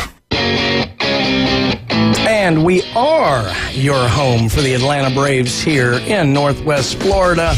And you can catch the Braves tonight. Coverage going to pick up right after we finish at 6 p.m. with the first pitch at 6:15 as the Braves welcome those San Francisco Giants into town. Both teams trying to get rid of their losing streak. And you can listen to the Braves right here thanks to PCB Hobby. That's right. It's time for the PCB Hobby Takeover. Happy Monday. With the captain and the doctor. All right, we're here. Happy Monday, everybody. Yeah. Another glorious Monday afternoon. We are rocking and rolling as usual, and we have all kinds of stuff going on. But there are a couple things I do want to talk about initially up front, and that is employment. If you were ever thinking about getting into selling coins online, live on auction, you should come see us. We are still looking for certain positions to fill, so I just wanted to put a quick thing out there that come to the shop. We're at 11939 Panama City Beach Parkway. Phone number is 850-320-8388. And contact us. Let us know that you're interested in employment, and we will get you in and get to talking, because we need people, as always. So that's one thing. The second thing I wanted to talk about is that we have a huge Comic-Con coming up. So we're going to talk about that in a little bit. Yeah. And then the third thing that we wanted to talk about today, for sure, is the release on Wednesday. A special, huge release on Wednesday. Other than that, we are rocking and rolling, nightly play, all the same things. I did get to go last week on Wednesday. Ethan and I went to North Carolina, so that was cool. We visited a guy who contacted us about a Pokemon collection, and the guy is actually an avid comic book collector too. But he had over the years bought a lot of Pokemon and stuff like that, and toys. He actually had toys. He has a storage unit full of toys, and so we get up there and we wheel and deal with the guy. We end up buying the collection.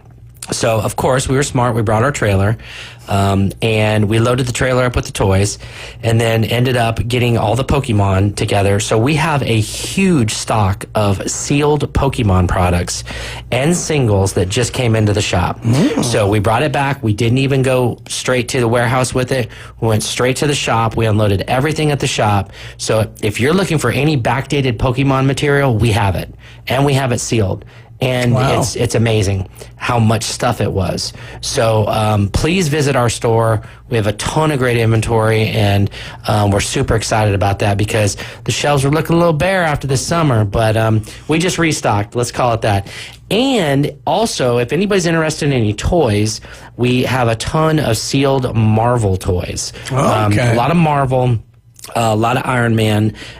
There's probably a few DC items in there. And then there's some rare stuff, some Kickstarter stuff, some just very rare different things. Almost all of it was in package and boxed. So that was pretty cool. So we're super excited about that. Anyways, we brought it back Thursday. And so we now have that available if anybody's interested in that type of stuff. So it's very good. Brian, tell us about Wednesday. Well, before I do, because I'm going to save that one, because that's going to be big. Before I do, though, and I was gone, so I might need your help on this, and I don't know if you know exactly, so I'm going to put you on the spot. That's what I like to do. Not only did we bring in all this, Pokemon, older stuff that was sealed and this, that, or the other, but I believe there was another new release that just happened at the shop. I was gone, so I don't know exactly, but I think believe there's a new Pokemon release. Black Bolt, maybe? I believe that's like called that. Black Bolt. And the funny thing is, we had a certain amount of inventory that we were given, purchased, and we had 15 people standing outside. I believe it was Friday morning, in line, ready to purchase a product. We were out by noon. Yeah. It was over. It was done. That's crazy. It was crazy. The newest set is hot. We've been streaming on our PCB Hobby eBay live stream, and it's been going very well. We have some of the sealed product we've been running, but really not a lot from the new collection. Really just this brand new product release has been super hot. I believe we have many different products that we've been purchasing and putting on the stream, and we've been selling singles as well. So If you haven't checked out and you love Pokemon, Magic the Gathering, Lorcana, there's just several different ones, even Marvel stuff, things like that. So that's all been on the stream. Been very cool. What's even more cool is we actually got licensed to do a Fantastic Four silver bar that's the size of a comic book. Oh, yeah. Yes, and we It's just got it super in. cool. Is it not? Yeah. Sharon has actually seen it. What do you think about that? I mean, it's beautiful. I love the fact that it's full enamel color on one side and then like grayscale on the other side. Right, just silver, really basically just silver color on the other side. And it is encapsulated, it is closed, and it is stickered. And what that means is if you open the sticker, it does say void. So it is sealed. It's a sealed product. It's numbered. Right. So they did 1,000 of them. Okay, 500 went for retail on their website, 500 went for wholesale.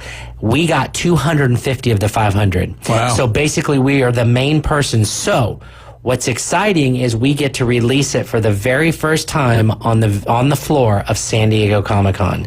We are the only vendor that will have it. The only vendor that'll have it. And so you ask, San Diego Comic-Con, what? Well, let me tell you. San Diego Comic-Con is coming up this week. A team of us are leaving tomorrow to go to it, and it's going to be fantastic. We are going to have artists available. We're going to be streaming at the eBay booth, which is not just a booth this year. It is a physical Airstream, like the trailer Airstream. Right. So they have a mobile Airstream now that is their studio that they're carrying around. And we got to see it the other day, and it was really, really neat. And so we're going to bring all kinds of inventory, all kinds of fun stuff. We're going to be streaming twice. We're going to be streaming Pacific time, I believe at noon to noon 30, somewhere in there. On Thursday, and then we're definitely streaming at noon for 2 hours on Saturday. We will have one of the artists that we work with, Sajjad Shah, will be there. We will also be doing something super crazy on Saturday. You will have to tune into that stream if you actually want to see what we're doing. And we know it's crazy. Past experience, that can be really big. Let me just tell you, it's going to be stupid. You all are going to say, that he is stupid. So we're going to do that, and then we have a couple other streams with artists and various things. John Jang, which is a high-end artist, is going to be on Friday night, and then we have eBay meetings to go to. We have our booth that we'll be attending and selling.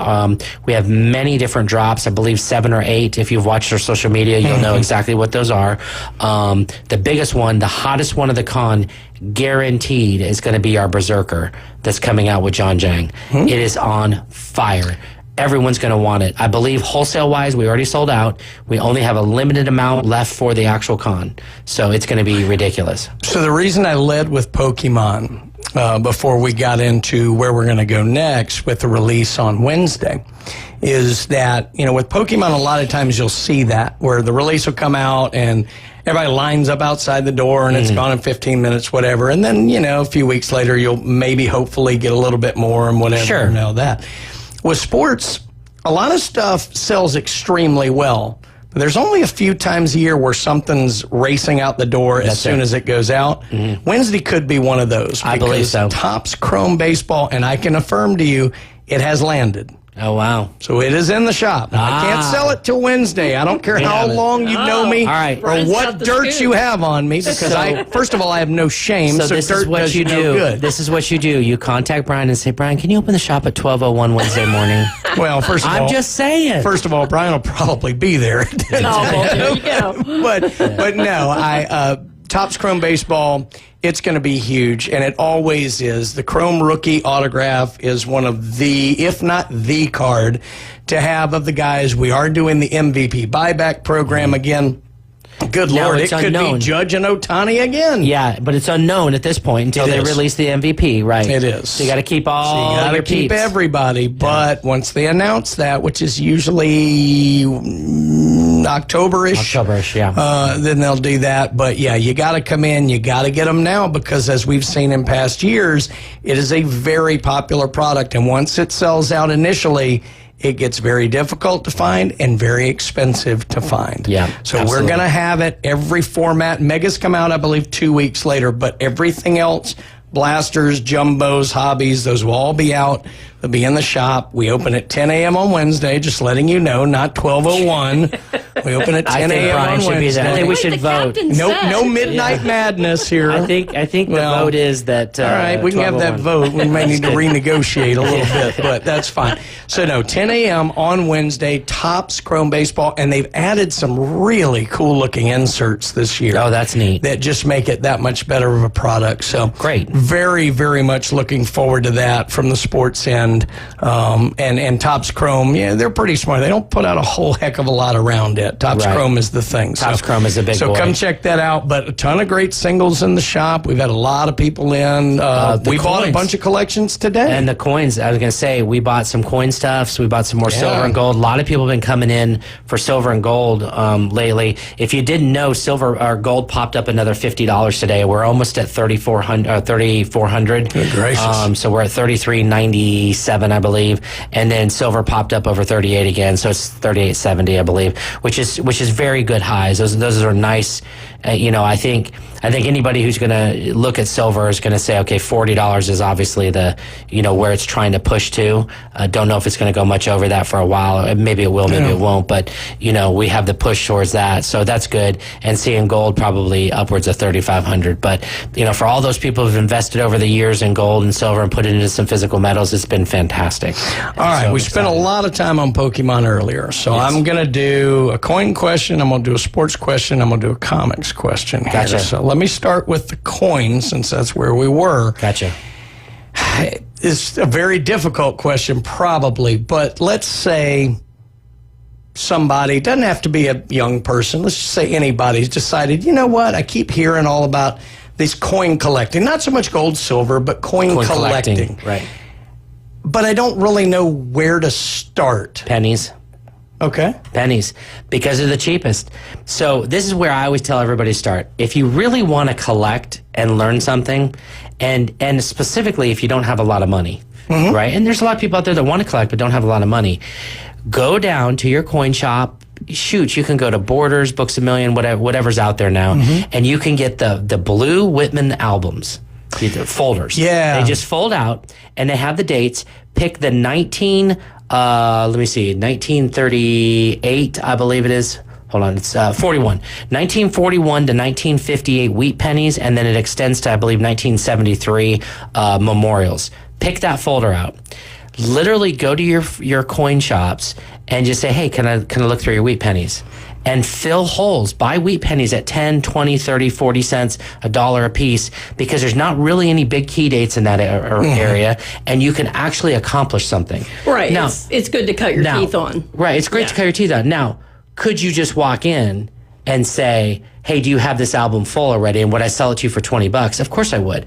But you just said you want to be a coin collector. So, so what do you the joy of the hunt. So is the joy of the hunt? You really want to be a coin collector, or you just want to amass some coins? There's a difference. Okay. And so I'd say anybody who's getting into it that wants to actually learn and collect coins, figure out what's cool to you, what looks cool, and then collect a set of that. Yeah, like I like the blueberry stuff. Yeah. Right. So it's she loves toned coins, which are so cool to me. Right. And yeah, I just like them. And see, for me, I would like to have one coin of every Roman emperor. There you go. And you could absolutely obtain that. And that's not that far off. That's right. And so as someone of your caliber, as far as knowledge and enough money in life, you could easily pick up the $10, $20, $30 coins that are these Roman emperors and easily put a set together. Right. Oh, it would be hundreds of them, but still you could get low grade, mid grade examples and not break the bank. And there's no shame in the game of you buy what you can afford. That's it. And then you trade up as you go. That's it. Right there. All right.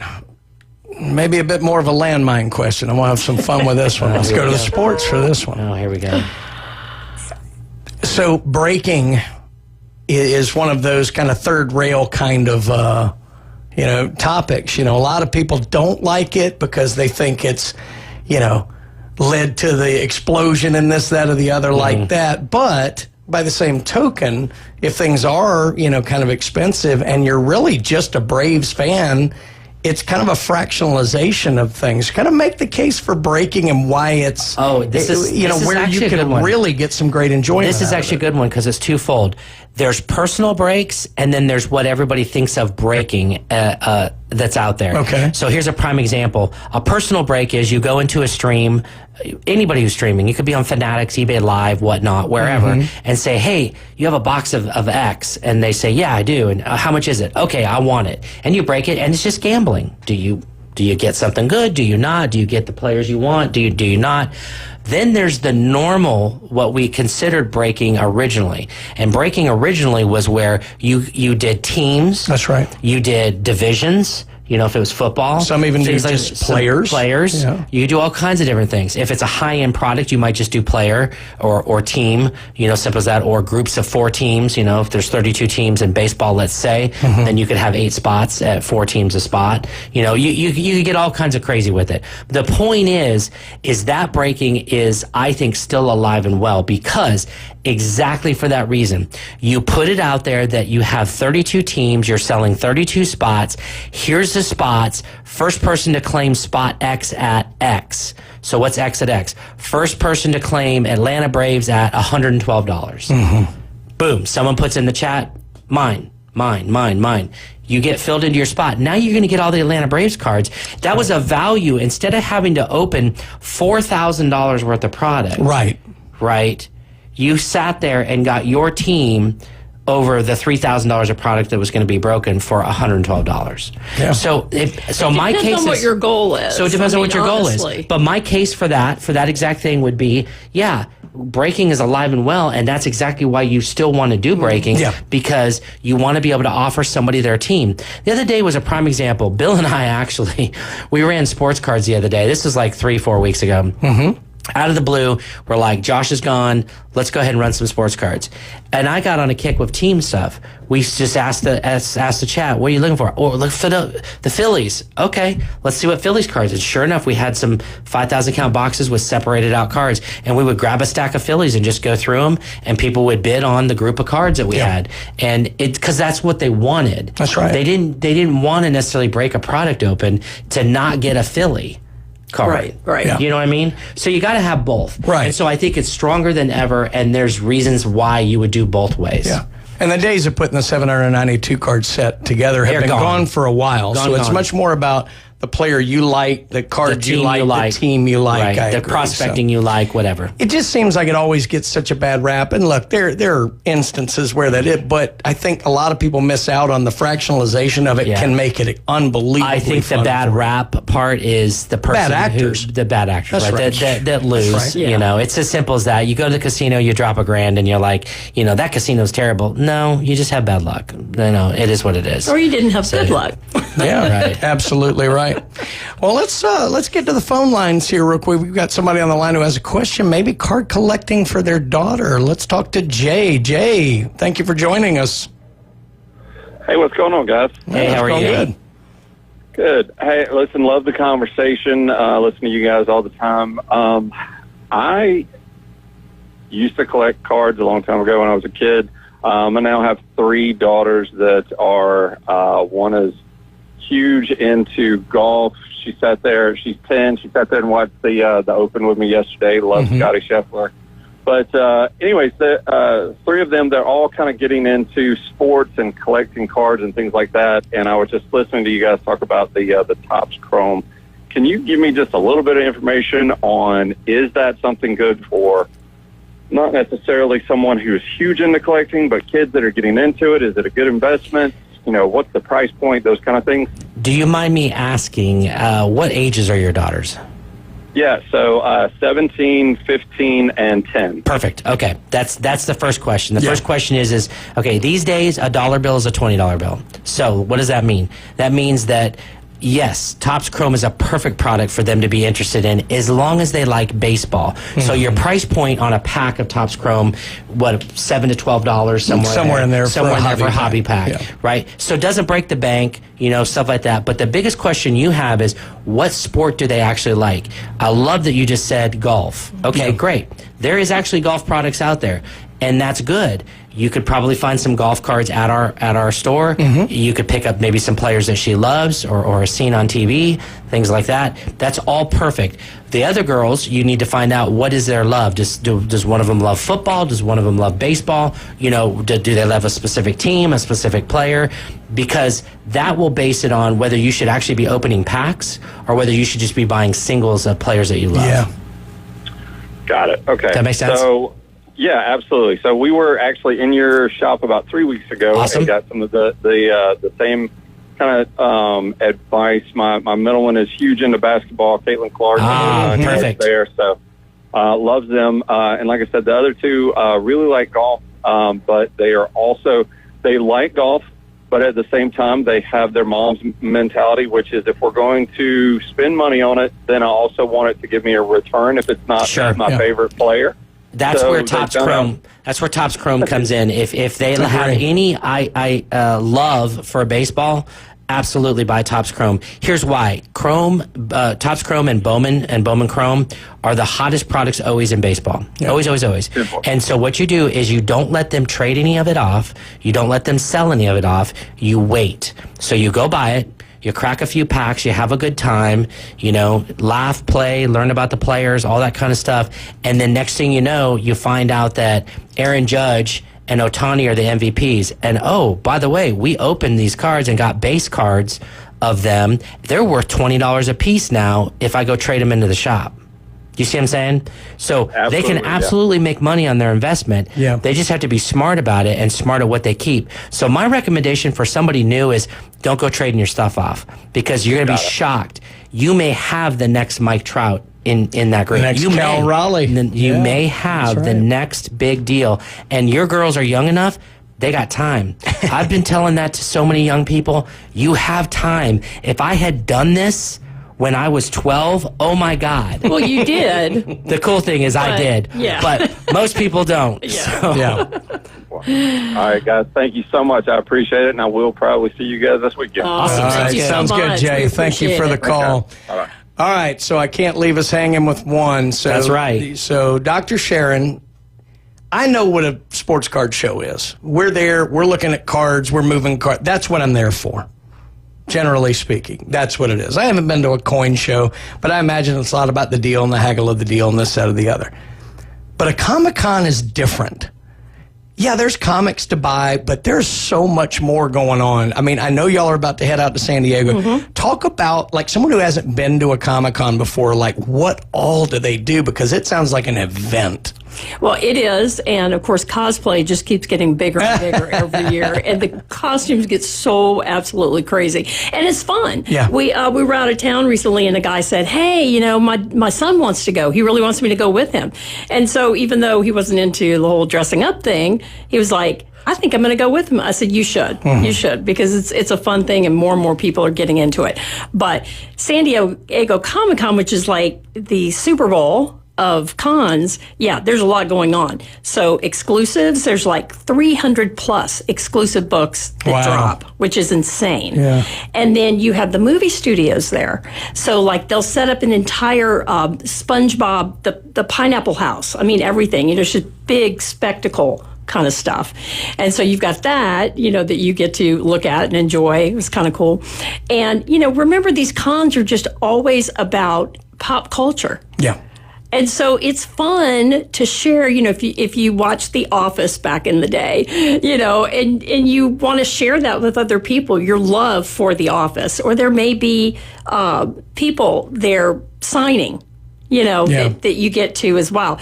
As a shop, we always have a long list of people that we want signings for, and we bring all that merchandise with us so we can get it signed there. So for us, it's our schedule's a little different than just someone just attending it, as you know. But yeah, the movie studios being there, it's a whole other Takes layer. to another level. Last year, Robert Downey Jr. came out. Yeah. And that's when they announced Dr. Doom. No one knew he was even going to be on stage. Right. And he came in, with the Doom costume, and he was all down, and then he, popped out, and everyone went nuts. Yeah. So there's just a lot of spectacle there, and, a lot of walking. It's a what's huge interesting convention too, center. what's interesting about this year with SDCC is we're actually going to have a booth, a table. Yes, Wow. yes, which is a dream, right? Because we've only been doing comics like a year and a half. Yeah. So last year we weren't even supposed to go, but Chris at the last minute got us in. Right. And so this year's our second year, and we're actually going to have a booth. So it's amazing. It's crazy. It is and the absolutely beauty amazing. of all of this is everything we just talked about, all under the same roof at PCB that's it, Hobby. yeah. Make sure you come out and check it out. 11939 Panama City Beach Parkway. That's Back Beach Road right next to Florida Linens. Come see us. Topps Chrome Day on Wednesday. I'll All right, be guys. there early. Don't miss Thank you it. so much. Not Don't miss it. 12:01 early, but I'll be there early. Todd, Sharon, thank you very much Thank you. for joining in. We'll Appreciate talk it. to you next time. All right. Have a good day, Thank you, guys. Brian. Man, I could talk about that forever, but we got one more segment to do before we head out to Truist Park. I don't know what we're going to do. You have to come back and find out. You're listening to the Afternoon Underdogs, ESPN, Northwest Florida.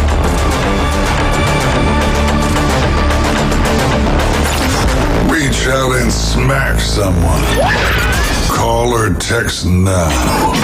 850-215-6290. The Red 7T Studio Line. A two-run home run. The Atlanta Braves are back. Here comes the throw. It's late. Braves win. And ESPN Northwest Florida is your exclusive radio home for Braves country. He just wrecked that thing. Straight away center, a homer for Riley. Sales, Strider, Acuna, Ozzie, Riley, Profar, and Coach Snitker lead a stellar lineup. Listen live nights and weekends on ESPN Northwest Florida. Tired of boring merch and want your brand to stand out like the big names? Elevate your look with Red 7 Tees. They don't just print shirts, they create bold identities. They are a veteran-owned custom apparel shop providing the kind of detail that turns heads, using high-quality digital printing and embroidery to give you that unique style you love with no minimums or cookie-cutter designs. From small business to sports teams, if you've got a vision, they'll help you wear it proudly. Visit red7tees.com. Are you looking for a place to take a leak? Do you have a truck, tractor, or other hydraulic equipment leaking or not performing as it should? At Reliable Hydraulic Solutions, we can get you back to work. Do you have a busted or leaking hose? We can typically replace them while you wait. Hydraulic cylinder or pump needing repair? In many cases, we can have it back to you the next day. Reliable Hydraulic Solutions, 6840 Highway 77 in Southport, just south of Tractor Supply. The best place in town to take a leak. You found us inside the CBC Construction Studios. Don't call it a podcast. Frequency modulation is a big step forward in radio. Broadcasting live from the world's most beautiful beaches. The Afternoon Underdogs on ESPN Northwest Florida. It's so hard to jam Steve Barnes and PCB Hobby into these tight little segments. And we didn't because I have no discipline. But we had great conversation. Enjoyed that phone call from Jay as well. But that means I've got a quick hitter here to send us out. Only a few minutes to go before we head up to Truist Park, catch the Braves versus the Giants. We'll pick up coverage right at 6 with your first pitch at 6:15. So let's get right into my best and worst of the sports weekend. My best, obviously, great news with Scotty Scheffler. I have two bests. The personal one, I was in Huntsville, Alabama for the Southeastern Swimming Championships. About almost 900 athletes, from the state of Tennessee, state of Alabama, and Panhandle of Florida. We're up there.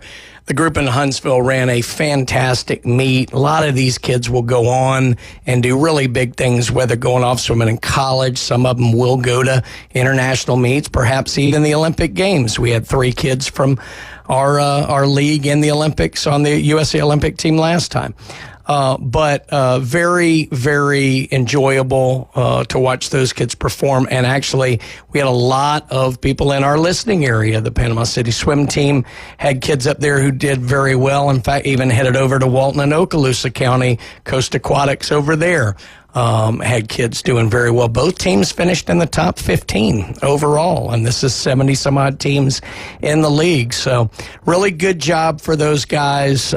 Just because I don't coach anymore doesn't mean I don't enjoy watching them from the administrative chair, and it was great to see.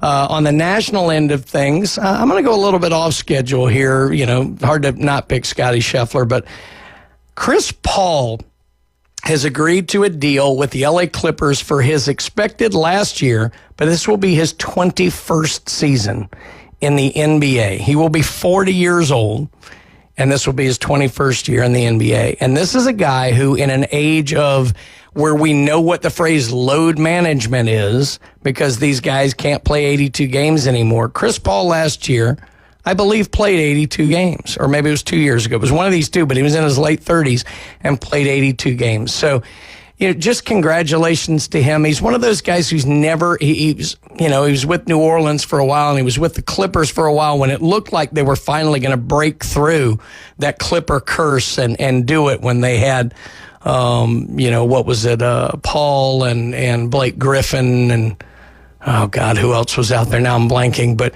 DeAndre Jordan never could quite break through.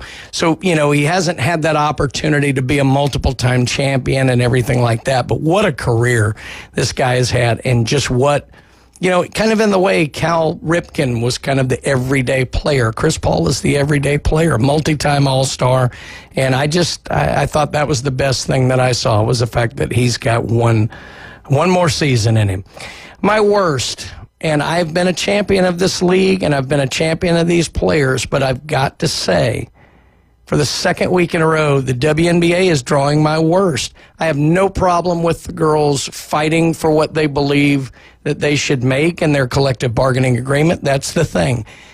Once the All-Star game hits the floor, that event is about the fans. It is not about your chance to make a statement.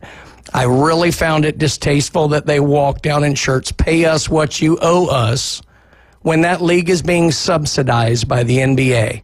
You want to do that during the week, talk about it in the press, fine. When you hit the floor, that game is about the fans and not about your contract situation, because most of you are making more than anybody sitting in the stands watching you. So I didn't like that. Shame on you, WNBA. So let the calls start. But I appreciate it, as always. Love hosting here. Bone Crusher, thanks for all the help there on the ones and twos. Catch out the Coach James Hale Show tomorrow morning. And as always, go Braves.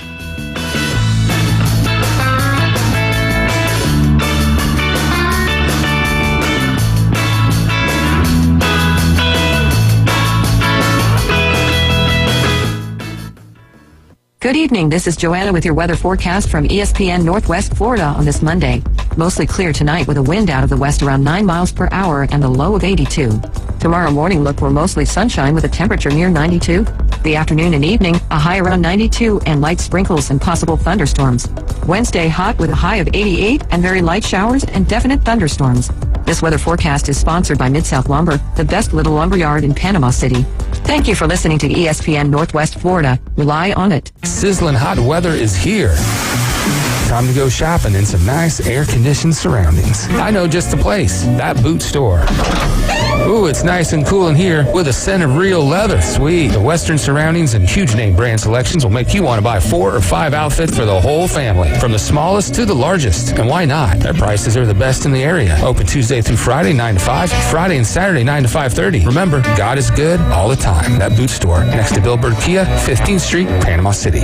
Ellis Agency Insurance has been serving Panama City and Bay County for years. They offer a full line of affordable insurance coverage of all types, Many people are attracted to Ellis Agency Insurance because of their friendly, knowledgeable staff. Call independent agent Johnny Ellis for a true comparison of your personal or business insurance. Ellis Agency Insurance at the Old Cullen Insurance location, 1134 Harrison Avenue, across from Dandy Donuts in Delhi. Call 763-1627. WGSX Lynn Haven, WVLQ Port St. John. Powered by Panama City Toyota, ESPN North.